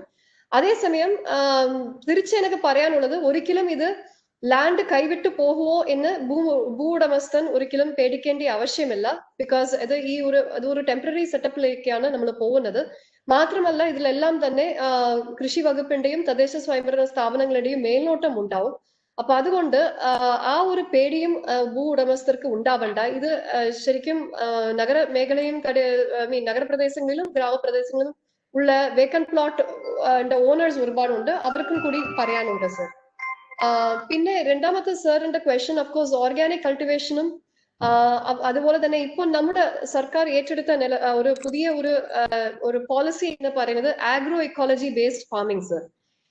ഈ ആഗ്രോ എക്കോളജി ബേസ്ഡ് ഫാമിംഗ് എന്ന് പറയുന്നത് ലോകം മുഴുവൻ തന്നെ വരുന്ന ഒരു പുതിയ പറയാൻ പറ്റില്ല. ആക്ച്വലി ഇത് ശരിക്കും നമ്മുടെ ഇക്കോസിസ്റ്റത്തിനും നമ്മൾ കരുതലിൽ എടുത്തുകൊണ്ട് എങ്ങനെ നമുക്ക് പ്രകൃതി സൗഹൃദമായിട്ട് കൃഷി ചെയ്യാൻ പറ്റും എന്ന് പറയുന്ന ഒരു റീജനറേറ്റീവ് അഗ്രികൾച്ചർ പ്രിൻസിപ്പിൾസിന്റെ അടിസ്ഥാനത്തിൽ വന്ന ആഗ്രോ എക്കോളജി ബേസ്ഡ് അപ്രോച്ച് ആണ് ഇപ്പോൾ നമ്മുടെ സർക്കാർ എടുത്തിട്ടുള്ളത്. അപ്പൊ ഇതിനതായിട്ടുള്ള വിവരങ്ങൾ അഫ്കോഴ്സ് സർ നമുക്കിപ്പോ എല്ലാവർക്കും ഒരു മെയിൽ ഐ ഡി കൊടുത്തിട്ടുണ്ട്. അപ്പൊ ആ മെയിൽ ഐ ഡിയിലേക്ക് അവര് ആർക്കാണോ കൃഷി ചെയ്യാൻ ആഗ്രഹിക്കുന്നു അവർക്ക് ആ മെയിൽ ഐ ഡിയിൽ എൻറോൾ ചെയ്യാം. പിന്നെ ഇതിനകത്ത് തന്നെ ഒരു പോർട്ടൽ, ആർക്കാണോ കൃഷി ചെയ്യാൻ ആഗ്രഹിക്കുന്നു അവർക്കെല്ലാം ഒരു പോർട്ടൽ നമ്മൾ രൂപീകരിക്കുന്നുണ്ട്. പിന്നെ ഇപ്പോ നമുക്ക് ഈ കൃഷി കുറിച്ചുള്ള വിഷയങ്ങൾ അറിയാൻ വേണ്ടി we have lot of facilities. നമ്മുടെ സമേതിയിൽ കുറച്ച് ഈ ഫേസ്ബുക്ക് ലൈവ് പരിപാടികളുണ്ട്. പിന്നെ അതെല്ലാം നമ്മൾ കുറച്ചും കൂടി ഇപ്പോൾ ലൈവ് ആക്കുന്നുണ്ട് സർ. ഇത് മാത്രമല്ല we are creating an online library. ഈ ഓൺലൈൻ ലൈബ്രറി ചെയ്യാൻ കുറച്ച് സമയം എടുക്കുന്നുണ്ട്. അപ്പൊ ഇതിൽ എല്ലാ ഈ POPs, package of practices for organic cultivation as well as natural farming, ഇതുപോലത്തെ ഈ ആഗ്രോ എക്കോളജി ബേസ്ഡ് ഫാമിംഗിനെ കുറിച്ചുള്ള ഒരു ഓൺലൈൻ ലൈബ്രറിയും കൂടി ഉണ്ടാക്കുന്നുണ്ട്. കുറച്ച് സമയമെടുക്കും, പക്ഷേ ഇത് ഉടൻ തന്നെ റെഡിയാക്കാനുള്ള ശ്രമത്തിൽ കൃഷി വകുപ്പ് ഇപ്പോൾ മുന്നോട്ട് പോവുകയാണ് sir. Thank you. Doctor Azad Moopen. Sir, ഞാൻ പുതുതായിട്ട് നിർദ്ദേശങ്ങൾ ഒന്നും തന്നെ പറയുന്നില്ല. കാരണം നിർദ്ദേശങ്ങളുടെ കുറവ് കൊണ്ടല്ല, നിർദ്ദേശങ്ങൾ കൂടിയാലും ആൾക്കാരാകെ കൺഫ്യൂസ്ഡ് ആവും. അപ്പൊ എനിക്ക് തോന്നിയത് നമ്മൾ സംസാരിച്ചതിൽ നിന്ന് വളരെ ഉരുത്തിരിഞ്ഞ ഒരു കാര്യം, നമുക്ക് വളരെ പവർഫുൾ ആയിട്ടുള്ള ഒരു കുടുംബശ്രീ ഒരു മൂവ്മെന്റ് കേരളത്തിലുണ്ട്. അത് പിന്നെ ശ്രീ ഹരികൃഷോറും അതിനുശേഷം സജിത് ഒക്കെ പറഞ്ഞ പോലെ അതെങ്ങനെ യൂട്ടിലൈസ് ചെയ്ത് NRIസിനെ അതുമായിട്ട് ബന്ധിപ്പിക്കാം. അതിൻ്റെ കൂടെ ഈ നോർക്ക കോപ്പറേറ്റീവ് സൊസൈറ്റി കൂടി വന്നു കഴിഞ്ഞാൽ എനിക്ക് തോന്നുന്നത് അതായിരിക്കാം ഒരു നോഡൽ ആയിട്ട് നമുക്കതിനു വേണ്ടി ചെയ്യാവുന്നത്. കാരണം ഇതിൽ പ്രധാനമായിട്ട് വേണ്ട ഒരു കാര്യം ഈ ഒരു മൈക്രോ പ്രൊജക്ട് റിപ്പോർട്ടാണ്. ഒരാളെന്തെ ഇൻവെസ്റ്റ് ചെയ്യാൻ ഉദ്ദേശിക്കുന്ന ഒരാളാണ്, ഇല്ലെങ്കിൽ ഈവൻ ഈ NRI കോപ്പറേറ്റീവ് സൊസൈറ്റിക്ക് തന്നെ എന്തെങ്കിലും തുടങ്ങണമെങ്കിൽ ഏറ്റവും ആദ്യം വേണ്ടത് ഇത്തരത്തിലുള്ളൊരു പ്രൊജക്ട് റിപ്പോർട്ടാണ്. അതിന് ഓൾറെഡി 400 ചില്ലാനും പേര് ഫെസിലിറ്റേറ്റേഴ്സ് ഉണ്ട്, ഇല്ലെങ്കിൽ അവർക്ക് അത് പ്രൊവൈഡ് ചെയ്യാൻ പറ്റുന്നുണ്ടെങ്കിൽ അതായിരിക്കും NRKs ഏറ്റവും കൂടുതൽ വന്നു കഴിഞ്ഞാൽ ഒരു എന്തെങ്കിലും തുടങ്ങണം എന്ന് ഉദ്ദേശിക്കുന്ന ഒരാൾ ശ്രമിക്കുന്നത്. അതിൻ്റെ കൂടെ തന്നെ ND പ്രേം CEO നോർക്ക പറഞ്ഞ ND പ്രേമിലെ കൂടി 30 ലക്ഷം രൂപ വരെ കിട്ടാനുള്ള ഒരു സാധ്യതയുണ്ട്. അപ്പൊ ഇനി ഇൻഡിവിജ്വൽ ആയിട്ട് ആർക്കെങ്കിലും തുടങ്ങണമെങ്കിൽ തന്നെ അതൊരു ഓപ്പർച്യൂണിറ്റിയാണ്. ഒന്നിച്ച് കോപ്പറേറ്റീവ് സൊസൈറ്റി ആയിട്ട് വേണമെന്നുണ്ടെങ്കിൽ അതും പറ്റും. അപ്പൊ എനിക്ക് തോന്നുന്നത് ഈ ഒരു ബേസിൽ നമുക്കിത്, പിന്നെ ബാങ്കിന്റെ അതേപോലെ തന്നെ ഇവിടെ ഇപ്പോൾ സൂചിപ്പിച്ചതുപോലെ നമുക്ക് അതിൻ്റെ ഒരു ഓപ്പർച്യൂണിറ്റി ഉണ്ട്, ബാങ്കിന്റെ ഫൈനാൻസിന്റെ, ഷാജി പറഞ്ഞ പോലെ.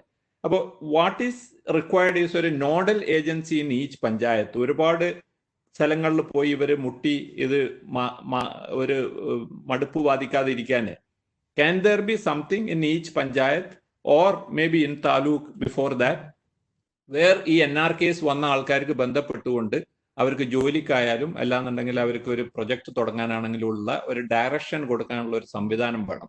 നമ്മളെല്ലാത്തിനും തിരുവനന്തപുരത്ത് വരിക, അല്ലാന്നുണ്ടെങ്കിൽ ഇതേപോലെ കോണ്ടാക്ട് ചെയ്യാനോ ചിലപ്പോൾ പറ്റിയെന്ന് വരില്ല, ലോക്കലായിട്ടുള്ള ഒരു ഇത് വേണ്ടി വരും.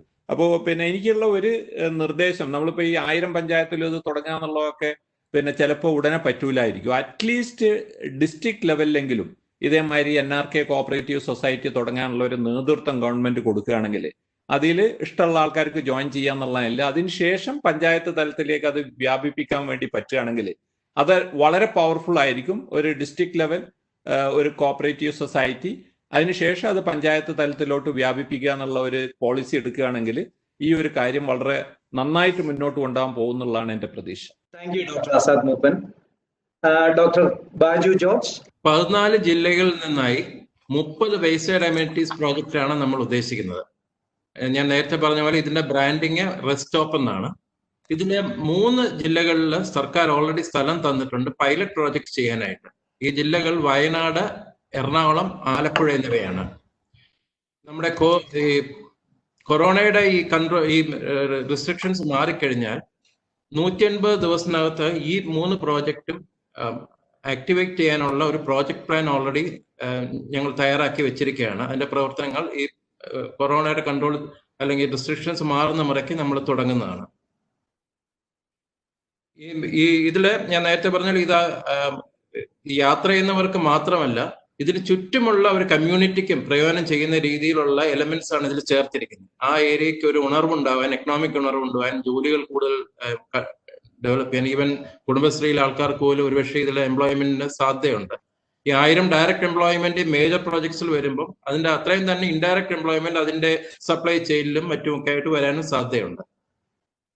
ഇതിന്റെ വെബ്സൈറ്റിനെ കുറിച്ച് ഒരു ചോദ്യം ഞാൻ കണ്ടു. www.okih.org. Thank you. Shri S Shaji. Madam അഗ്രികൾച്ചറിന്റെ കാര്യം പറഞ്ഞു.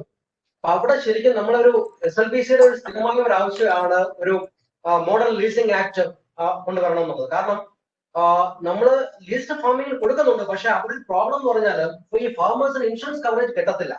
ഒരു ലീസ് ലാൻഡിൽ ഫാർമർ ഇൻഷുറൻസ് എടുത്താലും അതിന്റെ ബെനിഫിറ്റ് പോകുന്നത് ലാൻഡ് ഓണർക്കാണ്. നമ്പർ 1. നമ്പർ 2, നമ്മളൊരു ഫ്രൂട്ട് കൾട്ടിവേഷന് പോവുകയാണെങ്കിൽ ലോങ്ങർ പീരീഡ് ഓഫ് ലീസ് വേണം. അപ്പൊ ലോങ്ങർ പീരീഡ് ഓഫ് ലീസിന് വേണമെന്നുണ്ടെങ്കിൽ എനിക്കൊരു ആശങ്കയുണ്ട്. ഞാനാണ് ലാൻഡ് ഓണറെങ്കിൽ എനിക്കൊരു ആശങ്കയുണ്ട് 10 കൊല്ലത്തേക്ക് കൊടുക്കാനായിട്ട്. അപ്പൊ അതിന് പ്രോപ്പർ ഒരു ഓർഡിനൻസോ അല്ലെങ്കിൽ പ്രോബ്ലി ആക്ട് ഡിഫിക്കൽട്ട് ആയിരിക്കും. അറ്റ്ലീസ്റ്റ് ഒരു ഓർഡിനൻസ് ഉണ്ടെങ്കിൽ ബാങ്കിന് ഫണ്ടിങ് കറക്റ്റ് ഈസി ആയിരിക്കും. ഫാർമേഴ്സിനും ലാൻഡ് ഓണേഴ്സിനും അത് ഹെൽപ്ഫുൾ ആയിരിക്കും. നമ്പർ 1. നമ്പർ 2, നമ്മള് വർക്കിംഗ് സിസ്റ്റംസ് അല്ലെങ്കിൽ ഫ്യൂച്ചർ എന്ന് പറയുന്നത് ഓൺലൈൻ പ്ലാറ്റ്ഫോംസിനാണ്. കാരണം എല്ലാ സ്ഥാപനങ്ങളും ഒരു 50% ഓഫ് എംപ്ലോയീസ് ഇരിക്കുമ്പോൾ അതിൽ പ്രോബ്ലി വർക്ക് ഫ്രം ഹോം ആയിരിക്കും. അപ്പൊ അത്തരം കാര്യങ്ങൾ ഫെസിലിറ്റേറ്റ് ചെയ്യാനുള്ള ഓൺലൈൻ പ്ലാറ്റ്ഫോംസിനുകൾക്ക് വലിയൊരു മാർക്കറ്റ് ഉണ്ടാവും. സോ നമ്മുടെ ഈ വരുന്ന NRIs അതിൽ സ്കില്ലും ടെക്നിക്കലി ക്വാളിഫൈഡ് ആയിട്ടുള്ളവരുണ്ടെങ്കിലും അത്തരത്തിലൊരു മേഖലയിലേക്ക് പോകുന്നത് വളരെ നല്ലതായിരിക്കും എന്നുള്ളത് പറയാം. ഇപ്പൊ ഒരു ബാങ്കിൽ ചെന്നാൽ ചിലപ്പോഴ് ഒരാൾക്ക് വേണ്ടത്ര അറ്റൻഷൻ കിട്ടിയെന്ന് വരില്ല, കാരണം അവിടെ വലിയ തിരക്കായിരിക്കും. അങ്ങനെയാണെങ്കിൽ ആരായിരിക്കും ഒരു കോണ്ടാക്ട് പോയിന്റ് ഒരു ജില്ലയിലോ അല്ലെങ്കിൽ അതിന് താഴെയോ ഒരു NRKക്ക് തിരിച്ചു വരുന്ന ഒരു NRKക്ക് ഒരു ലോൺ വേണം, ആരായിരിക്കും കോണ്ടാക്ട് പോയിന്റ്? ഇതിനകത്ത് കോണ്ടാക്ട് പോയിന്റ് എപ്പോഴും അവരുടെ തന്നെ ബാങ്കേഴ്സ് ആയിരിക്കും കോണ്ടാക്ട് പോയിന്റ്. ഇനി അവർക്ക് എന്തെങ്കിലും അങ്ങനെ ഒരു ആവശ്യകത ഉണ്ടെങ്കിൽ SLBCയെ കോണ്ടാക്ട് ചെയ്യാം. അതിന് നമ്മൾ ഇമ്മീഡിയറ്റ് ആയിട്ട് റെസ്പെക്റ്റീവ് ബാങ്ക്സിലൊക്കെ ഡയറക്ഷൻസ് കൊടുക്കും. വേണ്ട രീതിയിൽ അവർ ടേക്ക് കെയർ ചെയ്യാനായിട്ട് ഡയറക്ഷൻസ് കൊടുക്കാറുണ്ട്. അടുത്ത ലെവലിൽ ചോദ്യത്തിലേക്ക് വരാം. Okay, mister Sajith. ഒന്ന് ഈ ലാൻഡിന്റെ കാര്യം പറഞ്ഞല്ലോ. അപ്പൊ അതില് ഇപ്പൊ കുടുംബശ്രീ ചെയ്യുന്ന മൊത്തം ഇൻഫോർമൽ ലീസ് ലാൻഡ് ഫാമിംഗ് ആണ്. അതിനകത്ത് നമുക്കുള്ള ഒരു സൗകര്യം എന്ന് വെച്ചാൽ, നിയമത്തിന്റെ കാര്യം ഞാൻ പറയുന്നില്ല, പക്ഷെ നമുക്കുള്ള ഒരു സൗകര്യം എന്ന് വെച്ചാൽ ഈ അയൽക്കൂട്ടം വഴി ആവുമ്പോൾ ഇതിന് പിന്നെ ഈ ഓണർക്കൊരു ആശങ്കയില്ല, അത് തിരിച്ചു കിട്ടും എന്നുള്ള ഉറപ്പുണ്ട് അവർക്ക്. ഈവൻ പിന്നെ ഒരു ഫുൾ ഇയർ ഡ്യൂറേഷൻ ക്രോപ്പിനാണെങ്കിലും അങ്ങനെ ഒരു ബുദ്ധിമുട്ട് വരുന്നില്ല. പിന്നെ മില്ലറ്റ് ഫാമിങ്ങിന് വാസുകി മാഡം പറഞ്ഞ പോലെ മില്ലറ്റ് ഫാമിങ്ങിലും കുടുംബശ്രീക്ക് എക്സ്പീരിയൻസ് ഉണ്ട്. പിന്നെ ഈ അർബൻ സർവീസസിന്റെ കാര്യത്തിൽ എനിക്ക് തോന്നുന്നു തുടങ്ങുന്ന ആൾക്കാർക്കും ഇപ്പം കഴിഞ്ഞൊരു 2 വർഷമായിട്ട് ധാരാളം അർബൻ സർവീസസിലേക്ക് കുടുംബശ്രീ വരികയും അതിനകത്ത് വന്നിട്ടുള്ള ഈ കോൺട്രാക്ച്വൽ എഗ്രിമെന്റ്സ് ഒക്കെ ഒരുപക്ഷെ ഈ പുതിയതായിട്ട് തുടങ്ങുന്ന ആൾക്കാർക്ക് കുറേ അധികം കാര്യങ്ങൾ പഠിക്കാൻ വേണ്ടിയിട്ടുണ്ടാവും. പിന്നെ മെമ്പർഷിപ്പ് സാറ് ചോദിച്ച ഒന്നുകൂടെ ഞാനൊന്ന് പറയുകയാണ്. ആ അയൽക്കൂട്ടങ്ങളെ അവരുടെ അടുത്ത അയൽക്കൂട്ടം ഏതാണോ അയൽക്കൂട്ടത്തെ CDSനെ ബന്ധപ്പെട്ട് കഴിഞ്ഞാൽ മെമ്പർഷിപ്പിന്റെ കാര്യത്തിൽ യാതൊരു തടസ്സവും ഇല്ല. അപ്പൊ അതൊരു തടസ്സമാവേണ്ട കാര്യമില്ല കുടുംബശ്രീയായിട്ട് സഹകരിക്കുന്നത്. അത്രേ ഉള്ളൂ. Okay, thank you Sajith. ഒരു ചോദ്യം കൂടെ ഞാൻ ഇപ്പോഴേ ഈ കൂട്ടത്തിൽ അങ്ങ് വായിക്കാം. This is Sreejith Kesavan from Muscat, Oman. Please advise if there are any employment/skill database portals that currently exist or you are planning to set up. Examples are EURES in EU and National Employment Center portals in GCC countries. This may help prospective employers to source skilled NRKs and Gulf retainees. Returning NRKs are coming back with greatest wealth, which is their expertise in various subjects at highest global standards. If we can leverage this skill set, we could create and export products and services which can meet top international standards. ഒരു പോർട്ടലിൽ വന്ന് ഇവർക്ക് ഇതിനെക്കുറിച്ചുള്ള ഇവരെ ആവശ്യം വരുന്ന അതൊക്കെ കണ്ടെത്താനുള്ള അങ്ങനെയുള്ള ഒരു സിംഗിൾ പോർട്ടൽ അങ്ങനെ എന്തെങ്കിലും ഉണ്ടോ? നമുക്ക് ഈ പിന്നെ ഡേറ്റാബേസ് ശരിക്കും ഇപ്പം കുടുംബശ്രീ സ്കില്ല് ചെയ്യുന്ന ആൾക്കാരുടെയും അവരുടെ എംപ്ലോയ്മെന്റ് സ്റ്റാറ്റസിന്റെയും ഡേറ്റാബേസ് മാത്രമേ ഇപ്പോൾ ഉള്ളൂ. മിസ്റ്റർ ഹരികിഷോർ പറഞ്ഞപ്പോഴേ നോർക്കയുമായിട്ട് ഒരു ഡിസ്കഷൻ നടക്കുന്നുണ്ട്, ഒരു പ്രൊഫൈലിംഗ് തയ്യാറാക്കാൻ വേണ്ടി ശ്രമിക്കുകയാണെങ്കിൽ അത് കുടുംബശ്രീക്ക് എളുപ്പമായിരിക്കും അതിനകത്ത് സഹകരിക്കാൻ. അപ്പം അതോടുകൂടെ ഈ പ്രശ്നം പരിഹരിക്കപ്പെടുമെന്ന് വിചാരിക്കുന്നല്ലേ? അതെ സർ. ഈ നോർക്കയുടെ ഇപ്പൊ ഈ ഡോക്ടർ ആസാദാണ് അത്. ഞാൻ നോർക്കയുടെ ഡയറക്ടർ എന്നുള്ള നിലയിൽ ഇതൊരു വളരെ നല്ല സജഷനാണ്. This appears to be very very good suggestion and with high potential. So definitely, like what Mr. Eric Kishore said, as well as what we could do is to initiate that discussion and have a portal for the returning NRKs to register their names themselves, so that it need not even be sent. If people who can register themselves can do that, self-uploading can be done. And we will try to take this up and set it up as early as possible. So we will speak to the concerned people, including the CEO of Norca, who is not there. He has left the meeting. So we will ask him to take this up as a project. And once that is done, I think it will be easy for us to link it with potential employers, companies, etc. Like we are doing. Thank you, sir. Thank you. Dr. മൂപ്പനോട് ഒരു ചോദ്യം കൂടെ ഉണ്ട്. ഒരു ആതിരാത്തിലേക്കാണ് ചോദിച്ചിരിക്കുന്നത്. ഈ schemes corona കാരണം മടങ്ങി വരുന്ന പ്രവാസികൾക്ക് മാത്രമാണോ ബാധകം? നോർക്കയുടെ സ്കീംസിനെ കുറിച്ചാണ് ആതിരാത്തിലേക്കാണ് ചോദിച്ചിരിക്കുന്നത്. ഈ സ്കീംസ് ഒക്കെ ഇപ്പം മടങ്ങി വരുന്നവർക്ക് മാത്രമേ ഉള്ളൂ, അതോ നേരത്തെ മടങ്ങി വന്നവരും ഭാവിയിൽ മറ്റ് കാരണങ്ങളാൽ വരുന്നവർക്കൊക്കെ ബാധകമായിരിക്കുമോ? നോർക്കയുടെ സ്കീംസിനെ കുറിച്ചാണ്. ഈ ഡെഫിനറ്റ്ലി നോർക്കയുടെ ഇപ്പൊ ഈ തിരിച്ചു വരുന്ന പ്രവാസികളുടെ പുനരധിവാസം സംബന്ധിച്ചിട്ടുള്ള കാര്യങ്ങൾ പണ്ട് തിരിച്ചു വന്നിട്ടുള്ള ആൾക്കാർക്കും ഡെഫിനറ്റ്ലി അത് ബാധകമാണ്. അപ്പോ പിന്നെ ഇതിനായിട്ട് ഇപ്പൊ വരുന്ന ആൾക്കാരെ മാത്രം എന്നുള്ളത് ഇല്ല. It can be even for earlier people. അപ്പോൾ definitely it is accessible to or it is available to everyone. അതിൽ പിന്നെ പ്രശ്നമൊന്നുമില്ല, എല്ലാവർക്കും ഉപയോഗിക്കാൻ പറ്റും അത്. മിസ്സസ് വാസുകിയോടാണേ. This question is, I hold land of approximately 5 acres. No clue. How can I get assistance from agriculture department? Yes sir. അവിടെ അവർ ആ ജൂറിസ്ഡിക്ഷനിലുള്ള കൃഷിഭവനിലേക്ക് ബന്ധപ്പെട്ടാൽ മതി സർ. അപ്പൊ കൃഷിഭവനിലോ അല്ലെങ്കിൽ പഞ്ചായത്തിലോ എവിടെ രണ്ട് പഞ്ചായത്ത് ഓഫീസിലും പറയാം, കൃഷിഭവനിലും പറയാം സർ. എന്നിട്ട് we can definitely arrange something. Yes sir. Plenty of natural resources available. Example, jackfruit, coconut, mango, tapioca, etc. It can be made value-added products. Small examples are there, but the main issue is poor market. Competing with corporates are not very easy. Solution: Rekhu Ramadas is asking how to market. Production is easy, but you have to compete with the multinationals and corporates. So what is a way out for that? That is a advice out. Sir, ഇപ്പൊ ഇതില് രണ്ട് രീതിയിൽ ഇത് കാണണം sir. ഒന്ന് എന്ന് പറയുന്നത്, നമുക്ക് ഇപ്പോ ഈ എല്ലാം നന്നായിട്ട് മാർക്കറ്റ് ചെയ്യാനുള്ള മാർക്കറ്റിംഗ് സംവിധാനങ്ങൾ സർക്കാർ തന്നെ മുൻകൈ എടുത്ത് കുറച്ച് ഇതിലെ ഒരു മാർക്കറ്റിംഗ് റിഫോംസിലേക്ക് നമ്മൾ ചെയ്യുന്നുണ്ട് സർ. അപ്പോ ആ റിഫോംസിനോട് അപ്പൊ രണ്ടാമത്തെ എനിക്ക് പറയാനുള്ളത് സർ, നമ്മുടെ പ്രോഡക്ട്സ് എന്ന് പറയുന്നത് കുറച്ചും കൂടി ഓർഗാനിക്കിലേക്കും നല്ല ഒരു it's very safe to eat എന്ന ഒരു ഇതിലേക്ക് വരുമ്പോൾ, if it is source from Kerala, അത് സേഫ് ടു ഈറ്റ് എന്ന ഒരു ഇതിലേക്ക് വരുമ്പോൾ without much chemicals and pesticides and insecticides നമുക്ക് രീതിയിൽ മാർക്കറ്റ് ചെയ്യാൻ കഴിയും. So there will be better value. മാത്രമല്ല ഇതിനോടൊപ്പം we have to go for a campaign saying that go local. Sir, now I don't think even change a lot sir in the coming days. ഇപ്പൊ തന്നെ നമുക്ക് exports imports എല്ലാം തന്നെ കുറഞ്ഞു വരികയാണ്. Situation is not going to be this after this. Apo, I feel it is a great opportunity for local entrepreneurship to come up, sir. I'm sure they will have a better opportunity in post-COVID situation. തീർച്ചയായിട്ടും അവർക്ക് better അവസരങ്ങളാണ് കിട്ടാൻ പോകുന്നത് sir. Next question mister സജിത്തിനോടാണ്. Sir, ഞാൻ നാട്ടിലുള്ള ഒരു പ്രവാസിയാണ്. ഇനി തിരിച്ചു പോകാൻ കഴിയുമോ എന്നറിയില്ല. ഇത് എന്റെ മനസ്സിൽ തോന്നിയ ഒരു ആശയമാണ്. ഒരു ഫുഡ് പ്രോഡക്റ്റ് ഉണ്ടാക്കിയിട്ട് അത് നമുക്ക് കുടുംബശ്രീ വഴി കേരളം മുഴുവൻ മാർക്കറ്റ് ചെയ്യാൻ കഴിയില്ലേ? അതുവഴി കുടുംബശ്രീയുടെ പേര് വെച്ച് പുറംനാടുകളിലേക്ക് കയറ്റി അയക്കാനും കഴിയില്ലേ? അങ്ങനെ ഒരു സംരംഭം തുടങ്ങാൻ എന്ത് ചെയ്യണം? ആർക്കൊക്കെ ഇതിനുവേണ്ടി സഹായം ചെയ്യാൻ കഴിയും? അതായത് കുടുംബശ്രീയുടെ നെറ്റ്വർക്കിന്റെ മാർക്കറ്റിങ്ങിനുള്ള അല്ലെങ്കിൽ വിൽപ്പനയ്ക്കുള്ള ഏറ്റവും അടിസ്ഥാന നിലപാട് അല്ലെങ്കിൽ സമീപനം എന്ന് പറഞ്ഞു കഴിഞ്ഞാൽ, കുടുംബശ്രീയുടെ നെറ്റ്വർക്ക് കുടുംബശ്രീ സ്ത്രീകൾക്ക് അവരുടെ ഉൽപ്പന്നങ്ങൾ വിറ്റഴിക്കാൻ മാത്രമേ കുടുംബശ്രീ നെറ്റ്വർക്കിനെ ഉപയോഗിക്കാൻ കഴിയത്തുള്ളൂ.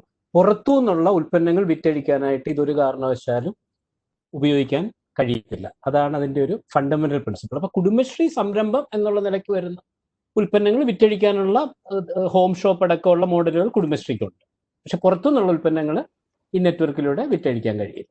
നമുക്ക് ഒരു ലാസ്റ്റ് ക്വസ്റ്റനും കൂടെ മിസ്റ്റർ ബാജു ജോർജിനോടാണ്. MS Sreekumar, B2N management consultancy, Kochi. Reverse innovation-like ideas. What is happening is global repressive recession.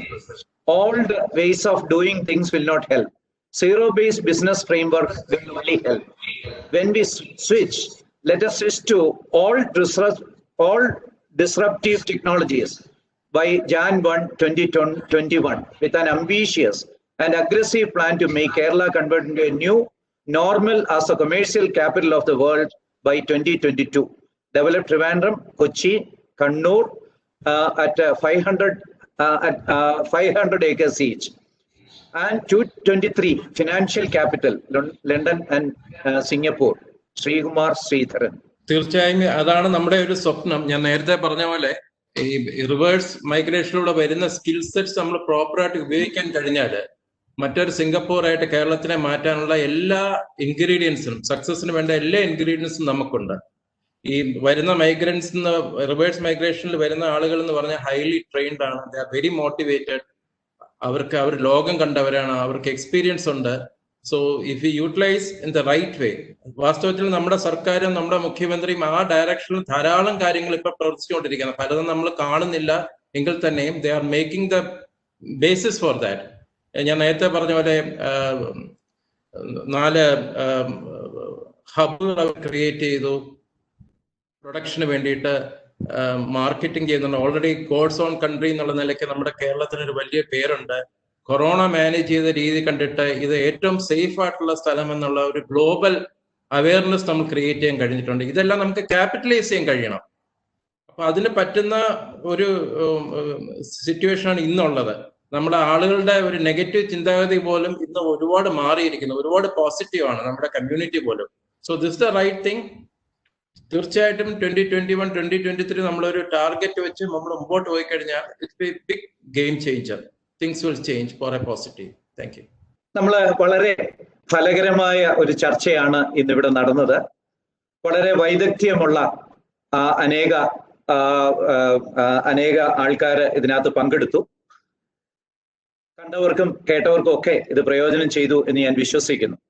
കുടുംബശ്രീയുടെ സൈഡിൽ നിന്ന് ഒരു പുതിയ തിരികെ വരുന്ന ഒരു NRKക്ക് അല്ലെങ്കിൽ NRIക്ക് ഒരു പ്രോജക്റ്റ് പ്രിപ്പയർ ചെയ്യാനോ അല്ലെങ്കിൽ അതിന് ബാങ്ക് ലോണൊക്കെ സംഘടിപ്പിക്കാനോ ഇങ്ങനെ വിവിധ തരത്തിലുള്ള എസ്കോർട്ട് സർവീസുകൾ ലഭിക്കാനുള്ള സാധ്യതയുണ്ട് എന്ന് നമ്മൾ കേട്ടു. കുടുംബശ്രീക്ക് ഇപ്പം തന്നെ ഒരു വലിയ ബൃഹത്തായ ചങ്ങല തന്നെ കേരളത്തിലുണ്ട്. അതിലും അവർക്ക് വരുന്നവരിൽ കുറെ പേർക്കെങ്കിലും ചേരുവാനും അതിന്റെ ഭാഗമായിട്ട് തീരുവാനും അങ്ങനെ വളരെ നല്ല രീതിയിൽ അവരുടെ ഭാവിയെ അവർക്ക് കരുപ്പിടിപ്പിക്കാൻ കഴിയും എന്നുള്ളത് നമ്മൾ കേട്ട് കഴിഞ്ഞു. നോർക്കയുടെ കാര്യത്തിൽ അവർക്ക് എക്സിസ്റ്റിംഗ് സ്കീംസ് ഉണ്ട്. ഫണ്ട് ലഭിക്കാനും അതുപോലെ പുതിയ പ്രോജക്റ്റുകൾ നടപ്പിലാക്കാനുള്ള സാധ്യതകളുണ്ട്. അതിനെക്കുറിച്ച് നമ്മൾ കേട്ടു. മാത്രമല്ല കുടുംബശ്രീയുമായിട്ട് ചേർന്ന് ഒരു പ്രൊഫൈലിംഗ്, വരുന്ന എല്ലാവരുടെയും പ്രൊഫൈലിംഗ് നടത്തി ഒരുപക്ഷെ ആവശ്യക്കാർക്ക് വേണ്ടവരെ കണ്ടെത്താൻ കഴിയുന്ന ഒരു മാർക്കറ്റായിട്ട് ഈ പ്ലാറ്റ്ഫോം മാറത്തക്ക വിധത്തിലുള്ള കാര്യങ്ങൾ നോർക്ക പ്ലാൻ ചെയ്യുന്നുണ്ട്. അതുപോലെ തന്നെ അഗ്രികൾച്ചർ ഡിപ്പാർട്ട്മെന്റിന്റെ സഹായ ഹസ്തത്തെക്കുറിച്ച് നമ്മൾ കേട്ട് കഴിഞ്ഞു. ഇപ്പം തന്നെ നമുക്ക് എല്ലാ പഞ്ചായത്തുകളിലും കൃഷിഭവനുകളുണ്ട്. വേണ്ട സഹായം അവിടെ നിന്ന് ലഭിക്കാനായിട്ട് സാധിക്കും. അഗ്രികൾച്ചർ ഡിപ്പാർട്ട്മെന്റിന് പല ഏജൻസികളുണ്ട്. ഒരുപക്ഷെങ്കിൽ ഓർഗാനിക് കൾട്ടിവേഷനോ അല്ലെങ്കിൽ ഫുഡ് പ്രോസസ്സിങ്, അഗ്രി ബിസിനസ് ഇങ്ങനെയുള്ള മേഖലകളിലൊക്കെ ധാരാളമായിട്ട് സഹായം ചെയ്യാനായിട്ട് സാധിക്കും. പ്രത്യേകിച്ച് ഗ്രീൻ ഫുഡ് പ്രാക്ടീസസ് കേരളത്തിലൂടെ വളരെ ശ്രദ്ധ ആകർഷിച്ചുകൊണ്ടിരിക്കുന്ന ഒരു കാലഘട്ടമാണ്. അതുകൊണ്ട് ഓർഗാനിക് ഫാമിംഗ് പോലുള്ള കാര്യങ്ങൾക്കും അതുപോലെ തന്നെ ഓർഗാനിക് ഫാമിങ്ങിന് വേണ്ട പിന്തുണ കൊടുക്കുന്നതിനും അഗ്രികൾച്ചറൽ ഇൻപുട്സിനെ കുറിച്ചുള്ള ധാരണകൾ കൊടുക്കാനും കൺസൾട്ടൻസി കൊടുക്കാനും ഒക്കെ ഉള്ള സാഹചര്യം ഇന്ന് നമ്മുടെ പഞ്ചായത്തുകളിൽ ലഭ്യമാണ്. അത് ശരിക്കും ഉപയോഗിക്കേണ്ടതാണ്. NRIs മടങ്ങി വരുന്ന NRIസിനെ കുറിച്ച് വാസ്തവത്തിൽ ഒരു നല്ല ഇൻഫർമേഷൻ ആണ്. അതുപോലെ തന്നെ നമ്മൾ ഡോക്ടർ ബാജി പറഞ്ഞ കാര്യങ്ങൾ നമ്മൾ കേട്ടു. പല ഹബ്സ് തന്നെ ഓൾറെഡി ഡെവലപ്പ് ചെയ്യുന്നതിനെ കുറിച്ച് അവര് വേണ്ട പദ്ധതികൾ 4 എണ്ണം അതിനുള്ള ക്രമീകരണങ്ങൾ ചെയ്തു കഴിഞ്ഞു. ബാക്കിയുള്ളതും താമസിയാതെ 30ഓളം എണ്ണം നിലവിൽ വരും എന്നാണ് നമ്മൾ കേട്ടത്. ഒരു പക്ഷെങ്കിൽ ഒരു വലിയ പോസിറ്റീവായിട്ടുള്ള വളരെ ഒരു സാധ്യതയാണ് മടങ്ങി വരുന്നവർക്ക് അത് നൽകുന്നത്. അതുപോലെ തന്നെ ഡോക്ടർ ആസാദ് മൂപ്പൻ പറഞ്ഞത് നമ്മൾ കേട്ടു. എല്ലാ പഞ്ചായത്തുകളിലും ഒരു സൊസൈറ്റി, അതാകട്ടെ നമ്മുടെ ഡ്രീം.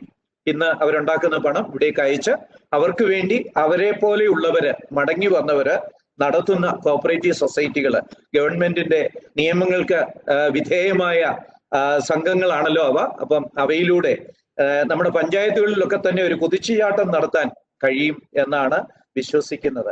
അതുപോലെ തന്നെ ഊരാളുങ്കൽ സൊസൈറ്റിയിൽ നിന്ന് പ്രതിനിധീകരിച്ച് അതിന്റെ ചെയർമാൻ നമ്മളോട് പറഞ്ഞ കാര്യങ്ങൾ നമ്മൾ കേട്ടു. ഇന്ന് പലപ്പോഴും പഠിച്ചു വരുന്നവർക്ക് വേണ്ട സ്കില്ലില്ല. സ്കില്ല് കൊടുക്കാനായിട്ടുള്ള ക്രമീകരണങ്ങൾ അവർ ചെയ്യുന്നുണ്ട്. അത് ഒരു വലിയ അളവ് വരെ മടങ്ങി വരുന്നവരെ സഹായിക്കും എന്നുള്ളതിന് സംശയമില്ല. അതുപോലെ തന്നെ ആസാഫ് പോലുള്ളതും സ്കില്ലിംഗ് സ്കീംസിനെ കുറിച്ച് ശ്രീ സജിത്തും പറഞ്ഞത് നമ്മൾ കേട്ടല്ലോ. ആസാഫിന്റെയും അതുപോലെ കുടുംബശ്രീയുടെയും ഒക്കെ ഇങ്ങനെയുള്ള മാധ്യമങ്ങൾ ഉപയോഗിക്കുകയാണെങ്കിൽ തീർച്ചയായിട്ടും മടങ്ങി വരുന്നവർക്ക് അത് വലിയൊരു അവസരം ഒരുക്കും എന്നുള്ളതിന് സംശയമില്ല. നമുക്ക് മുന്നോട്ട് പോകേണ്ടതായിട്ടിരിക്കുന്നു. ഞാൻ എൻ്റെ വശത്തു നിന്ന് രണ്ട് മൂന്ന് കാര്യങ്ങൾ ചൂണ്ടിക്കാണിച്ചുകൊണ്ട് നമുക്ക് ഈ സെഷൻ ഇവിടെ അവസാനിപ്പിക്കാം എന്ന് വിചാരിക്കുന്നു. ഗവൺമെന്റ് തലത്തില് ഒരു ക്രമീകരണം ഇതിനാവശ്യമാണ്. ശരിയാണ്, ഇപ്പോൾ തന്നെ ക്രമീകരണങ്ങളുണ്ട്. എന്നാൽ പെട്ടെന്ന് വരുന്നവർക്ക് സഹായം എത്തത്തക്ക വിധത്തില് ഗവൺമെന്റിന്റെ നടപടിക്രമങ്ങൾ ഇല്ലാത്ത ഒരു ഏജൻസി. പണ്ടൊക്കെ നമ്മൾ മിഷൻ മോഡ് എന്ന് പറയുമായിരുന്നു. പക്ഷെ ഇപ്പം മിഷൻ മോഡിലും പലപ്പോഴും ഒരുപാട് നടപടിക്രമങ്ങളുണ്ട്. അപ്പം അതിനുള്ള ചില ക്രമീകരണങ്ങൾ സർക്കാർ തലത്തിൽ നിന്ന് എടുക്കേണ്ടതുണ്ട്. ഒരുപക്ഷെ overseas Keralites investment holding limited പോലെയോ അല്ലെങ്കിൽ ആ ഓർഗനൈസേഷൻ തന്നെയോ ഏതെങ്കിലും ഓർഗനൈസേഷൻ ഒക്കെ ഈ കാര്യത്തില് ഒരുപാട് ഒരു ഓർഗനൈസേഷന് നമുക്ക് ആവശ്യമാണ് വരുന്നവർക്ക് സഹായം നൽകാനായിട്ട്. രണ്ടാമത് എനിക്ക് പറയാനുള്ളത്, നമ്മുടെ നാട്ടില് അനേക വലിയ എസ്റ്റേറ്റുകളൊക്കെ ഉണ്ട്. പ്ലാന്റേഷൻ കോർപ്പറേഷന്റെ കീഴിലും റീഹാബിലിറ്റേഷൻ പ്ലാന്റേഷന്റെ കീഴിലുമൊക്കെ. ഇതിൽ മിക്കതും നഷ്ടത്തിലാണ് ഇന്ന് ഓടിക്കൊണ്ടിരിക്കുന്നത്. അപ്പൊ ഒരു പക്ഷെങ്കില് അങ്ങനെയുള്ള പ്ലാന്റേഷനിൽ നിന്ന് നമുക്ക് സൈസബിൾ ആയിട്ടുള്ള സ്ഥലം ഏറ്റെടുക്കാനായിട്ട്, വളരെ ഏരിയ ഉള്ള സ്ഥലം ഏറ്റെടുക്കാനായിട്ട് സാധിക്കും. ആ പ്ലാന്റേഷനിലുള്ള തൊഴിലാളികളെ നിലനിർത്തത്തക്ക വിധത്തില് എസ്റ്റേറ്റ് തുടരുകയും വേണം. അതേ സമയത്ത് വ്യവസായ പാർക്കുകളായിട്ട് അതത് സ്ഥലങ്ങളിൽ രൂപീകരിക്കാനായിട്ട് കഴിഞ്ഞാൽ അത് വലിയൊരു ആശ്വാസമായിരിക്കും. അവിടെ ഗവൺമെന്റ് തന്നെ പണിത് കൊടുക്കേണ്ട ആവശ്യമില്ല, ലാൻഡ് അലോട്ട് ചെയ്താൽ മതിയായിരിക്കും. അപ്പം വിവിധ തരത്തിലുള്ള ചെറുകിട യൂണിറ്റുകൾ, MSME യൂണിറ്റുകൾ അവിടെ ആരംഭിക്കാനായിട്ട് സാധിക്കും. അതുപോലെ ഇതിൽ ചില പാർക്കുകളൊക്കെ ഇന്നത്തെ വളരെ എമർജിംഗ് ആയിട്ടുള്ള മുന്നിട്ട് നിൽക്കുന്ന ആർട്ടിഫിഷ്യൽ ഇന്റലിജൻസ് അല്ലെങ്കിൽ നാനോ ടെക്നോളജി ഇതുപോലെയൊക്കെയുള്ള കാര്യങ്ങൾക്ക് വേണ്ടി നമുക്ക് ഉപയോഗിക്കാനായിട്ട് സാധിക്കും. അപ്പം വെളിയിൽ നിന്ന് വരുന്ന എക്സ്പെർട്ടൈസ് ഉള്ള ആൾക്കാരെ അവരവരുടെ മേഖലയിൽ സ്ഥലം നൽകി സർക്കാരിന് ഇങ്ങനെ സഹായിക്കാനായിട്ട് സാധിക്കും എന്നാണ് ഞാൻ വിചാരിക്കുന്നത്. അതുപോലെ ആധുനിക ടെക്നോളജികളൊക്കെ കേരളത്തിൽ ഉപയോഗിക്കാനുള്ള ചാലക ശക്തികളായിട്ടുള്ള ഏജൻസികളൊക്കെ ഈ സ്ഥലങ്ങളിൽ വന്നാൽ അത് വളരെ സഹായകരമായിരിക്കും. നമുക്കറിയാം, ഈ ദിവസങ്ങളിൽ നമ്മൾ ആത്മനിർഭർ ഭാരത് അഭിയാനെ കുറിച്ച് APയെ കുറിച്ച് കേട്ടുകൊണ്ടിരിക്കുകയായിരുന്നു. 20 ലക്ഷം കോടിയാണല്ലോ അതിനകത്ത് ഉൾപ്പെടുത്തിയിരിക്കുന്നത്. അത് വാസ്തവത്തില് കുറെ കൂടെ മടങ്ങി വരുന്ന റിവേഴ്സ് മൈഗ്രൻസിനെ ഫോക്കസ് ചെയ്തിരുന്നെങ്കിൽ കൊള്ളായിരുന്നു എന്നുള്ള അഭിപ്രായം എനിക്കുണ്ട്. എന്നാലും പൊതുവായ ഈ സ്കീമിൽ ഉൾപ്പെട്ടാണെങ്കിലും ഇതിൽ ഒരുപാട് ഓപ്പർച്യൂണിറ്റീസ് നമുക്കുണ്ട്. MSMEയുടെ സൈസ് തന്നെ 25 ലക്ഷത്തിൽ നിന്ന് 1 കോടി വരെ ആക്കിയിട്ടുണ്ട്. അതില് 3 ലക്ഷം രൂപ യാതൊരു ഈടും നൽകാതെ ലഭിക്കാനുള്ള പദ്ധതി അതിനകത്തുണ്ട്. അതുപോലെ തന്നെ അവരുടെ കടങ്ങള് ഒരു പരിധി വരെയൊക്കെ കൊടുത്തു തീർക്കാനുള്ള ഒരു സ്കീമും അതിനകത്തുണ്ട്. അത് ചെറിയ തുകയാണെങ്കിലും അതൊക്കെ ഓരോ അവസരങ്ങളാണ്. അപ്പൊ അങ്ങനെയാണെങ്കിൽ ഇന്ന് കോവിഡിന്റെ ഈ അന്തരീക്ഷത്തില് പുതിയതായിട്ട് വരുന്ന സ്കീമുകളും നമുക്ക് ഉപയോഗിക്കാൻ കഴിഞ്ഞാൽ തീർച്ചയായിട്ടും ഈ വരുന്നവർക്ക് ഒരു കുതിച്ചുചാട്ടം ഉണ്ടാകും. അവർക്ക് കേരളത്തിന്റെ കുതിച്ചുചാട്ടത്തിന് തുണയേകാൻ കഴിയും എന്നുള്ളതിന് സംശയമില്ല. പറഞ്ഞു കഴിഞ്ഞ ചില ഐഡിയാസും വളരെ എനിക്ക് ആകർഷണീയമായിട്ട് തോന്നി. ഓരോ പഞ്ചായത്തിലുമുള്ള ആളുകളെ ഒരുമിച്ച് ചേർത്ത് സൊസൈറ്റി ഉണ്ടാക്കി, അതുപോലെ നമ്മുടെ ലോക്കൽ സെൽഫ് ഗവൺമെന്റിന്റെയും ശക്തി ഒരുമിച്ച് കൊണ്ടുവന്ന് കോപ്പറേറ്റീവ് മൂവ്മെന്റുമായിട്ട് ചേർത്ത് അങ്ങനെയുള്ള നല്ല പരിപാടികൾ ആസൂത്രണം ചെയ്താൽ നമുക്ക് വലിയ അളവ് വരെ ഇക്കാര്യത്തിൽ നമുക്ക് മുന്നോട്ട് പോകാനായിട്ട് സാധിക്കും. കഴിഞ്ഞ ദിവസങ്ങളിൽ മനോരമയുടെ സീരീസിൽ അവർ പുറത്തു കൊണ്ടുവന്ന അനേക ആശയങ്ങളുണ്ട്. അതിൽ ഫുഡ് പ്രോസസ്സിങ് വളരെ മുന്നിൽ നിൽക്കുന്നു. ഇനിയുള്ള കാലത്ത് നമ്മുടെ കൺവീനിയൻസ് നമുക്ക് വളരെ പ്രധാനമാണ്.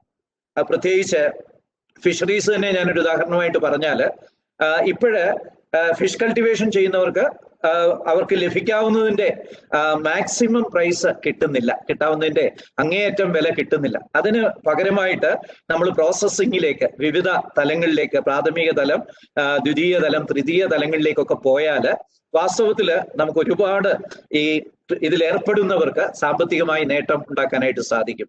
ഒരു ഉദാഹരണം പറഞ്ഞാൽ, മീൻ വെട്ടിക്കൊടുക്കുക, അതിനുള്ള അരപ്പും ചേർത്ത് നമ്മുടെ ജോലിക്കാരായ കുടുംബിനികളെ മേടിക്കത്തക്ക വിധത്തിൽ കൊടുത്താൽ അത് വളരെ വളരെ ആകർഷണീയമായിരിക്കും.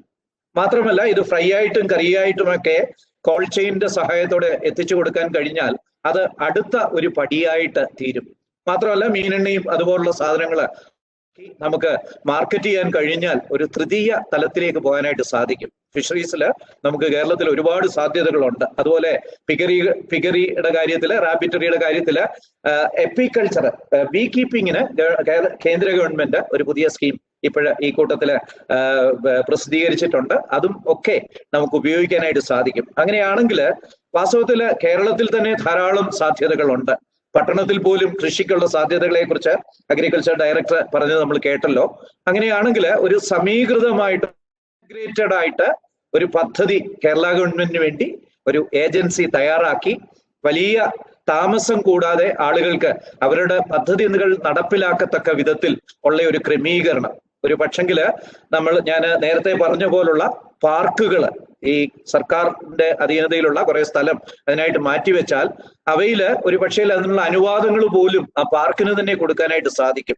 അങ്ങനെയാണെങ്കിൽ ഒരു വലിയ പരിധി വരെ ഈ ഇങ്ങനെയുള്ള സംരംഭങ്ങൾ ആരംഭിക്കാനുള്ള താമസം ഒഴിവാക്കാനായിട്ട് സാധിക്കും. ഞാൻ സമയ ചുരുക്കം കൊണ്ട് ഇവിടെ അവസാനിപ്പിക്കുകയാണ്. ഇതിന് എല്ലാ സമൂഹത്തിലെ എല്ലാ വിഭാഗങ്ങളും നമ്മുടെ ഈ മടങ്ങി വരുന്ന നമ്മുടെ സഹോദരങ്ങൾക്ക് പിന്തുണ നൽകേണ്ടതാണ്. അവർ നമ്മളെ സേവിച്ചവരാണ്. നമ്മുടെ ഫോറിൻ എക്സ്ചേഞ്ച് കാര്യത്തിൽ അവര് നമ്മളെ കഴിഞ്ഞ കാലങ്ങളിൽ താങ്ങിയവരാണ്. മാത്രമല്ല, നമ്മുടെ കുടുംബങ്ങളുടെ അനുഗ്രഹമായിട്ട് വർത്തിച്ചവരാണ്. അവരെ നമുക്ക് കൈവിടാനായിട്ട് കഴിയുകയില്ല. അതുകൊണ്ട് എല്ലാ രാഷ്ട്രീയ പാർട്ടികളും അതുപോലെ സാമൂഹിക സംഘടനകളും ഒക്കെ ഈ മടങ്ങി വരുന്നവരെ സഹായിക്കാനുള്ള ഒരു മനസ്ഥിതി കാണിക്കേണ്ട ആവശ്യമുണ്ട്. ഓൾറെഡി അത് ലഭ്യമാണ്. എന്നാൽ ഒന്നുകൂടെ സമീകരിച്ച് നമ്മൾ ചെയ്താൽ ഇക്കാര്യത്തില് ഒരുപാട് നമുക്ക് മുന്നോട്ട് പോകാനായിട്ട് സാധിക്കും. അങ്ങനെ ഒരു നല്ല അന്തരീക്ഷം കേരളത്തിൽ സംജാതമാകുവാൻ മനോരമയുടെ ഈ സംരംഭത്തിന് കഴിയട്ടെ എന്ന് ഞാൻ ആശംസിക്കുകയാണ്. ഇതിനകത്ത് പങ്കെടുത്ത പാനലിസ്റ്റുകൾക്ക് എല്ലാവർക്കും ഞാൻ നന്ദി പറയുന്നു. ഇത് സ്പോൺസർ ചെയ്ത KLM ആക്സീവ ഫിൻവെസ്റ്റിനെയും ഞാൻ അഭിനന്ദിക്കുകയാണ്. ഇങ്ങനെയൊരു ജനങ്ങൾക്ക് ഗുണപ്രദമായ, പ്രത്യേകിച്ച് വളരെ ആത്മസംഘർഷം നേരിടുന്ന മടങ്ങി വരുന്ന നമ്മുടെ പ്രവാസികൾക്ക് പ്രയോജനകരമായ ഈ സംരംഭത്തിൽ നിങ്ങളും പങ്കെടുത്തതിന് നന്ദി പറയുന്നു. കേൾവിക്കാർക്ക് എല്ലാം നന്ദി പറഞ്ഞതുകൊണ്ട് ഞാൻ എൻ്റെ വാക്കുകൾ ചുരുക്കുന്നു. നന്ദി. ജയ് ഹിന്ദ്.